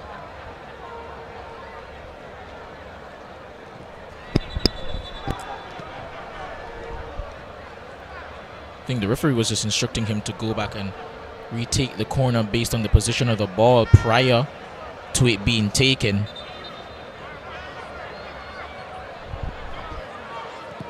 Played in by Irvin, looking for Clifford Thomas at the far post was Gadale Irvin. A lovely square by him, intercepted by, seemed to have been Malachi Sterling. Long throw by Mount Pleasant. Appeals for a handball there. Awkward clearance by Correa there, I have to say. Bit of a strange decision to say the least. In the end, he gets away with it. John, almost seeming now that the MoBay team seems to be panicking. And as I mentioned before, going into the playoffs, 3 losses on the trot.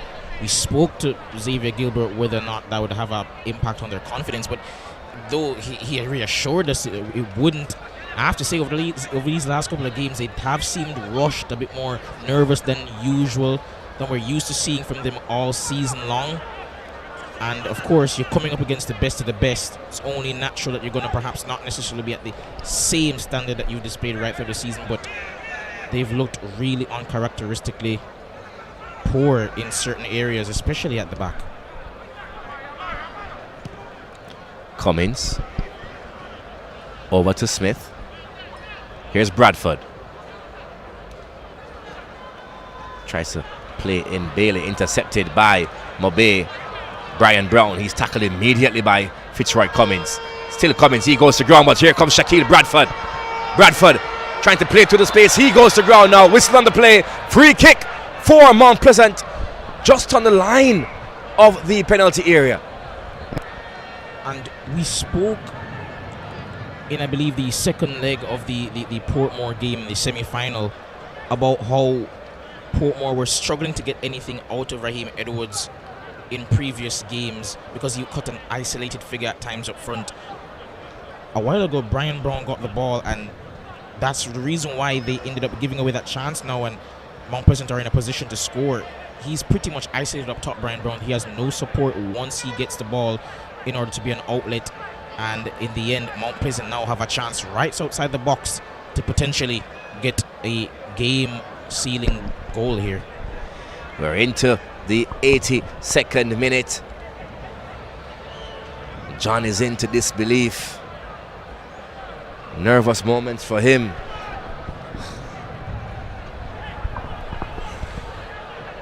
Heart on my sleeve. And it's that man Jabari Howell. We've seen him score free kicks already this season. Can he do it again?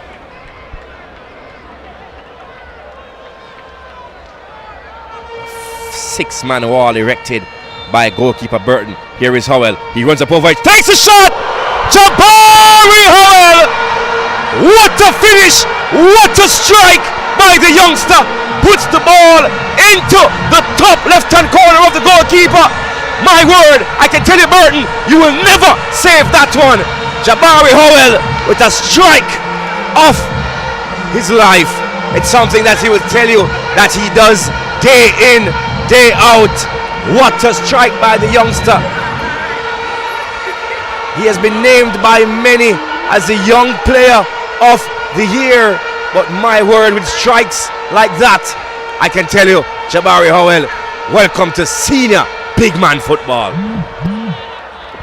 Mentioned before, he's already scored a free kick so far in the Jamaican Premier League And he's already scored as well before against Puerto Rico for the national under-20s. But what about that effort? That's all going to be the pick of the bunch.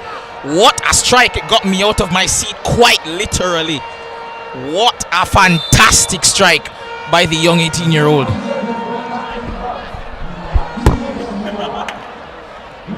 And if it wasn't painful enough this morning for John to see Arsenal lift the Premier League title away from his City team, just imagine his MoBay City team now giving up third place to the team from St. Anne. But with strikes like that,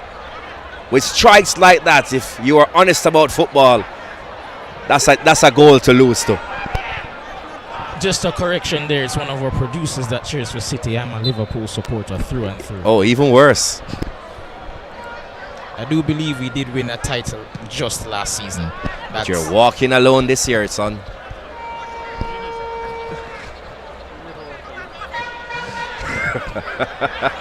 Here is MoBay yet again, trying to find an equalizer. Is DeAndre Brown. He goes into the box, takes the shot.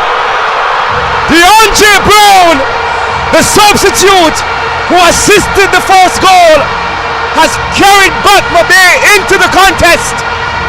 From nothing to something, John. My word, what a finish by him. What a finish and what a celebration. Fantastic assist to set up the first goal. But what about this effort now to find the back of the net himself? Lovely piece of skill to turn Irving inside out. Then he goes past Bailey and then buries it beyond Kemar Foster, who had no chance with that strike. What a goal. And he's galvanized the crowd here at the National Stadium. The game is coming to life with just 5 minutes to go. Can they get a winner? That remains the question. Like the excitement, John. With 5 minutes left, Mount Pleasant and Montego Bay United giving the fans something to cheer for. But here is Exelos. Goalkeeper comes into the net. Angelo Exelos gets his second goal of the night. A mistake there by goalkeeper Devonnie Burton.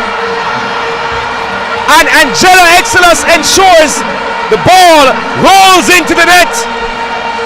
Just like that, 3 goals in the space of 3 minutes here at the National Stadium. And not sure DeAndre Brown can find some magic yet again. But with 5 minutes on the clock, John, can you come back, John? Can you come back? And I didn't think it could get any worse, but it just has. Wonderful effort there. But Angelo Exelos has responded with a brace. Fantastic effort. But I have to say, I have to look at the defending there. Poor at the back from Montego United. They've been sliced through there. And you look back at the replay of the free kick from Jabari Howell. Wonderful. No complaints about that strike. There can be no complaints. That is just picture perfect quality. But you think about that goal that's just transpired. Poor defending. If I ask my producer for the goal by Exelos that just scored a short while ago, and John, I mentioned to you earlier about MoBay panicking, and if you look at that goal, where was goalkeeper Burton going? Had no reason to leave his goal, and then the defender after that had no reason to go to ground to try and to clear the ball off the line. One more step and he was across.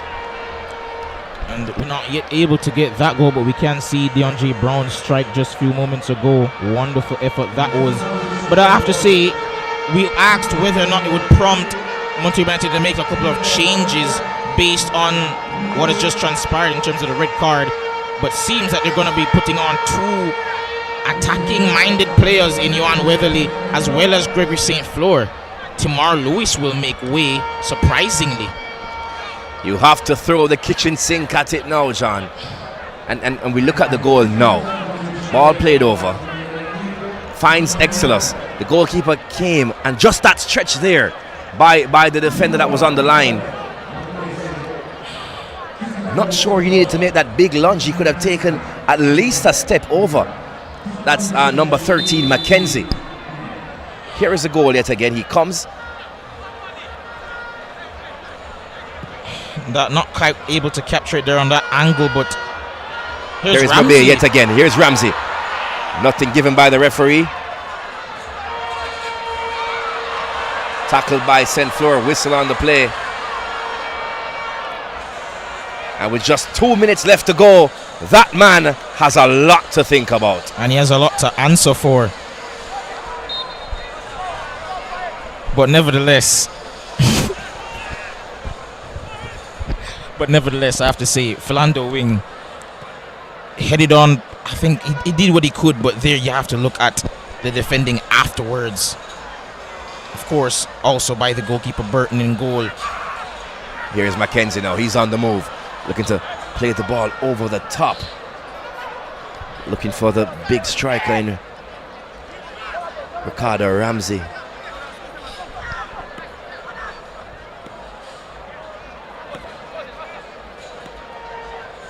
Into the 90th minute. Booted away by Clifford Thomas.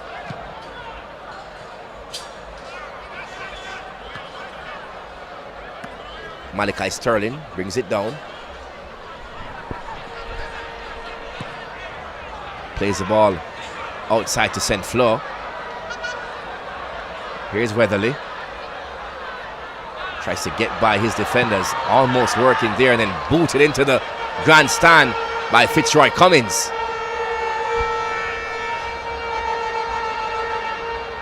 Inside, headed away by Cummins. Corner kick for Montego Bay United as we turn our attention to the fourth official.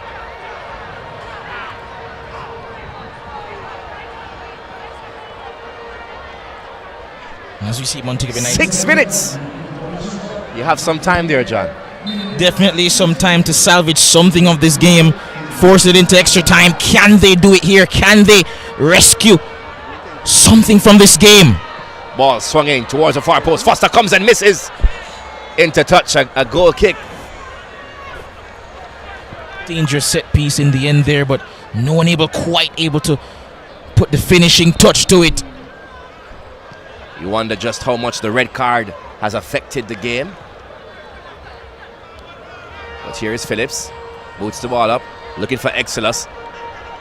1 goal away from his hat-trick. Isolates Mackenzie. Still Exelos. 1 back by Mackenzie, who finds it to Lucas Lima. Here comes Nasharda Gibbs. Plays the ball up, looking for either Ramsey or Weatherly. Just into touch. Unable to keep it in was Ramsey. Clifford Thomas with it now for Mount Pleasant Football Academy. Thomas. Here is Kimoni Bailey. Just unable to keep it in this time. Into touch. It's just about under 5 minutes remaining. Montego United, you mentioned the term throwing the kitchen sink at it. Gonna have to throw a whole house at it, but they've conceded possession here in a really poor position. Here's Kimoni Bailey. Bailey drives into the area. Plays it back to Jabari Howell, to Thomas. Over to Alex Marshall. Marshall, he has a shot there. Marshall plays it into Bradford, and I think Bradford was not expecting that pass. Straight up the other end now with MoBay. They're on the charge here. Malachi Sterling to Saint-Fleur. Saint-Fleur inside to Weatherly. 1-time pass, looking back for Malachi Sterling. Possession given away by MoBay. 4 minutes remain. Here's Mackenzie over to Gibbs. As Xavier Gilbert tries to drive his troops forward. Here is Gibbs looking to play the ball into Ramsey. Comes back to Lucas Lima. Here's Thomas to Jabari Howell. Here's Howell. Howell looks to cut inside. He's tackled by Brown. Still Howell to Exelos. Back to Howell. Malachi Sterling goes to ground. He's able to win it. Here's Weatherly. He has the pace to get by Cummins. He does. Cummins gets a touch on it, but he puts the ball onto the body of Weatherly. Goal kick. despite being behind, I have to say Montego United have been fantastic the last couple of minutes. They're really going for it. Of course, you'd have wanted to see a similar amount of energy and effort in the final third in their previous game in the semi-final, but they're really going for it now, and it just remains to be seen with just under 3 minutes to go. Of course, if the referee allows, but can they get an equalizer here? It's been back and forth all second half long. Goals got lower in this one. It's brought the excitement that the first half didn't really provide. Malachi Sterling, he's really been a live wire for MBU since coming onto the park. Mackenzie to Nasharda Gibbs. Gibbs tries to get by Exelos.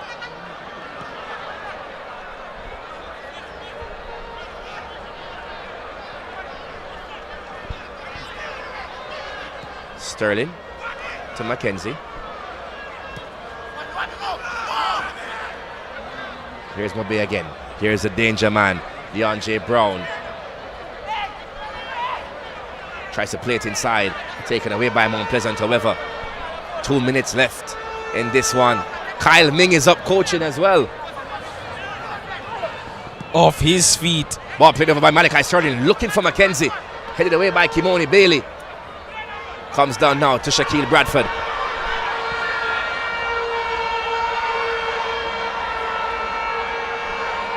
Someone has clipped Philander's wing.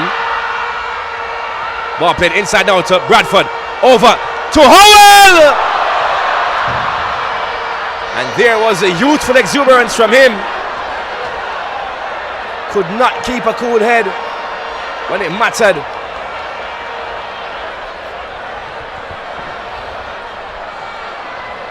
And at this moment in time, like all Montego United supporters, heart is in the mouth. That really should have been 4. 50 seconds left on our watch. Here's Malachi Sterling over to Mackenzie.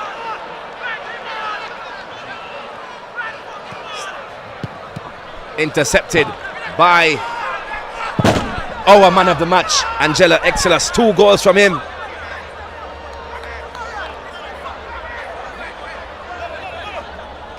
Lovely setup there between Bradford and Howell, and I have to say, I don't know how he was unable to score there. Great position. And you mentioned Malachi Sterling coming on and making a difference. He's been their first choice left back all season long. Perhaps just a bit of rest in mind as to why he perhaps didn't start today. Looks to play it up. Malachi Sterling looking for Ricardo Ramsey, and based on our clock, that should be it here at the National Stadium. Which would make it back-to-back 4th place finishes for Montego United, no less. If I'm correct, Liverpool, where did Liverpool finish in the league this year?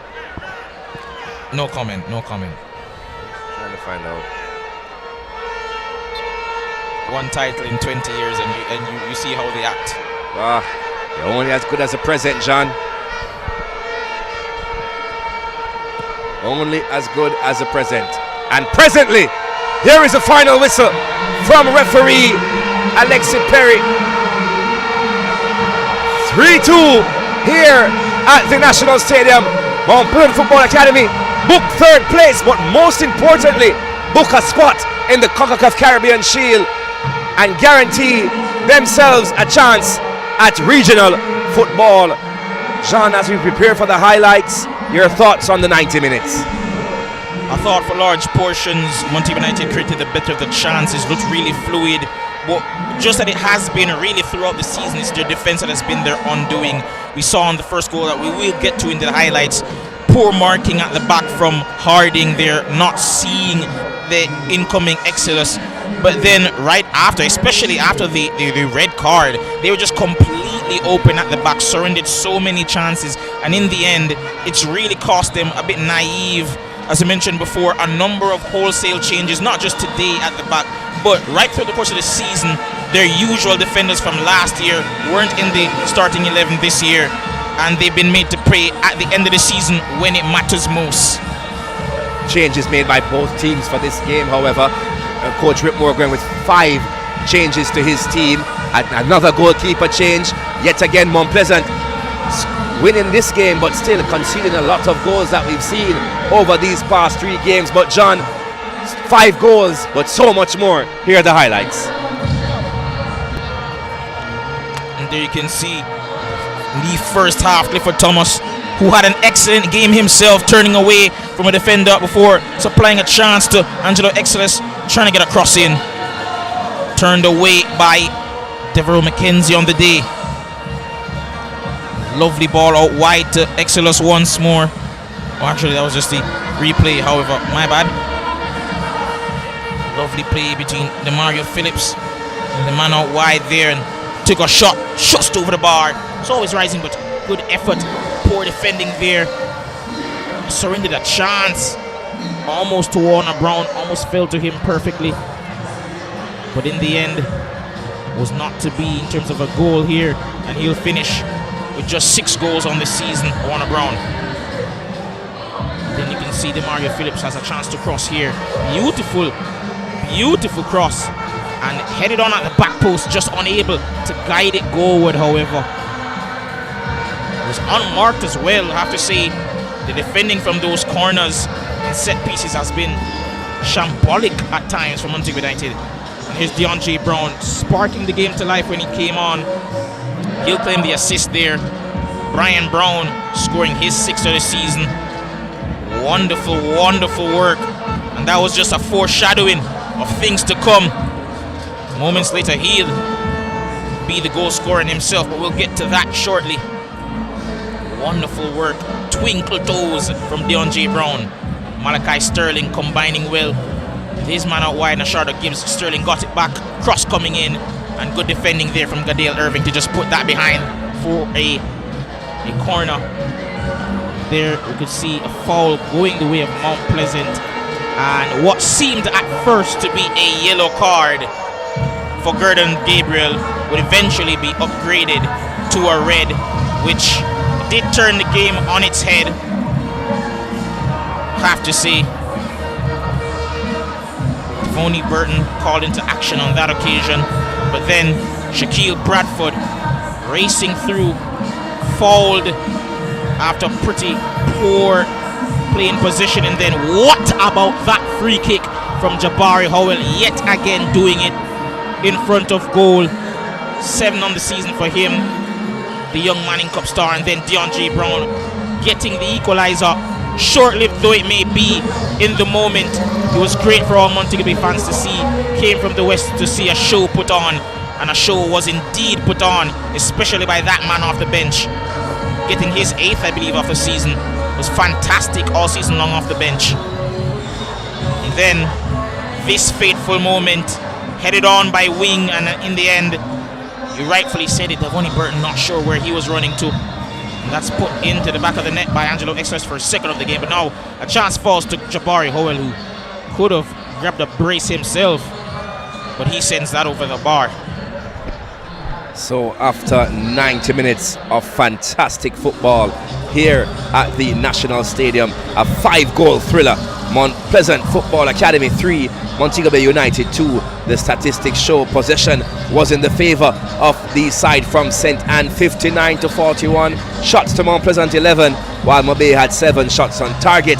Mount Pleasant, they had 7, while MoBay had 5. Corners, that's the only place where Montego Bay, they led this afternoon. 4 corners for them, 3 for Mount Pleasant. Offside, 1 apiece, while a yellow card, 1 to Mount Pleasant and 1 red card to Montego Bay United. So for the final time for me here this season, I can leave you here and tell you that the 3rd place team is Mount Pleasant Football Academy. They have secured their spot into the CONCACAF Caribbean Shield, and from that they will go there, try to win to make it into the CONCACAF Caribbean Cup. Tonight's Jamaica Premier League playoff presentation is proudly brought to you by our valued partners who continue to power the growth of Jamaican football. Special thanks to Ray and Nephew, the official title partner of the Jamaica Premier League. Visit Jamaica, bringing the spirit of Jamaica to the world. We also acknowledge our league partners, CB Foods, Admiral Sports, the Sports Development Foundation, the SDF. Club partners supporting our playoff teams include Sunshine Snacks, proud partners of Montego Bay United, and Powerade, the proud partner of Mount Pleasant Football Academy. We thank all our sponsors and partners for their continued investment in the development of local football and the future of the Jamaica Premier League. We also big up the ball sponsor for the Premier League playoffs, Soccer Express, with their ball, the Nova Express. Until then, for the final time, Mount Pleasant Football Academy 3, MoBay United 2. John, have a good one.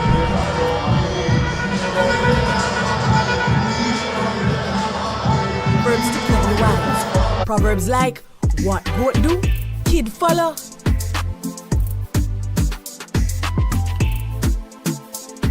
Good friend, better than pocket money. And if you can't catch Quaco, you catch him short. Just like the proverb, Bosco Oats is ingrained in Jamaica. From me yai there me knee, Mummy used to always remind me of those good old Jamaican proverbs to keep me wise. Proverbs like, what goat do, kid follow.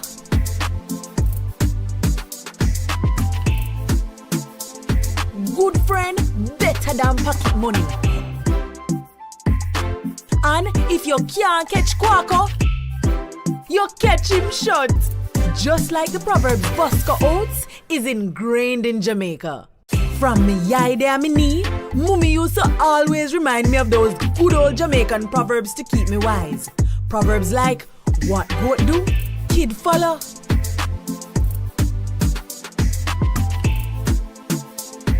Good friend, better than pocket money. And if you can't catch Quaco, you catch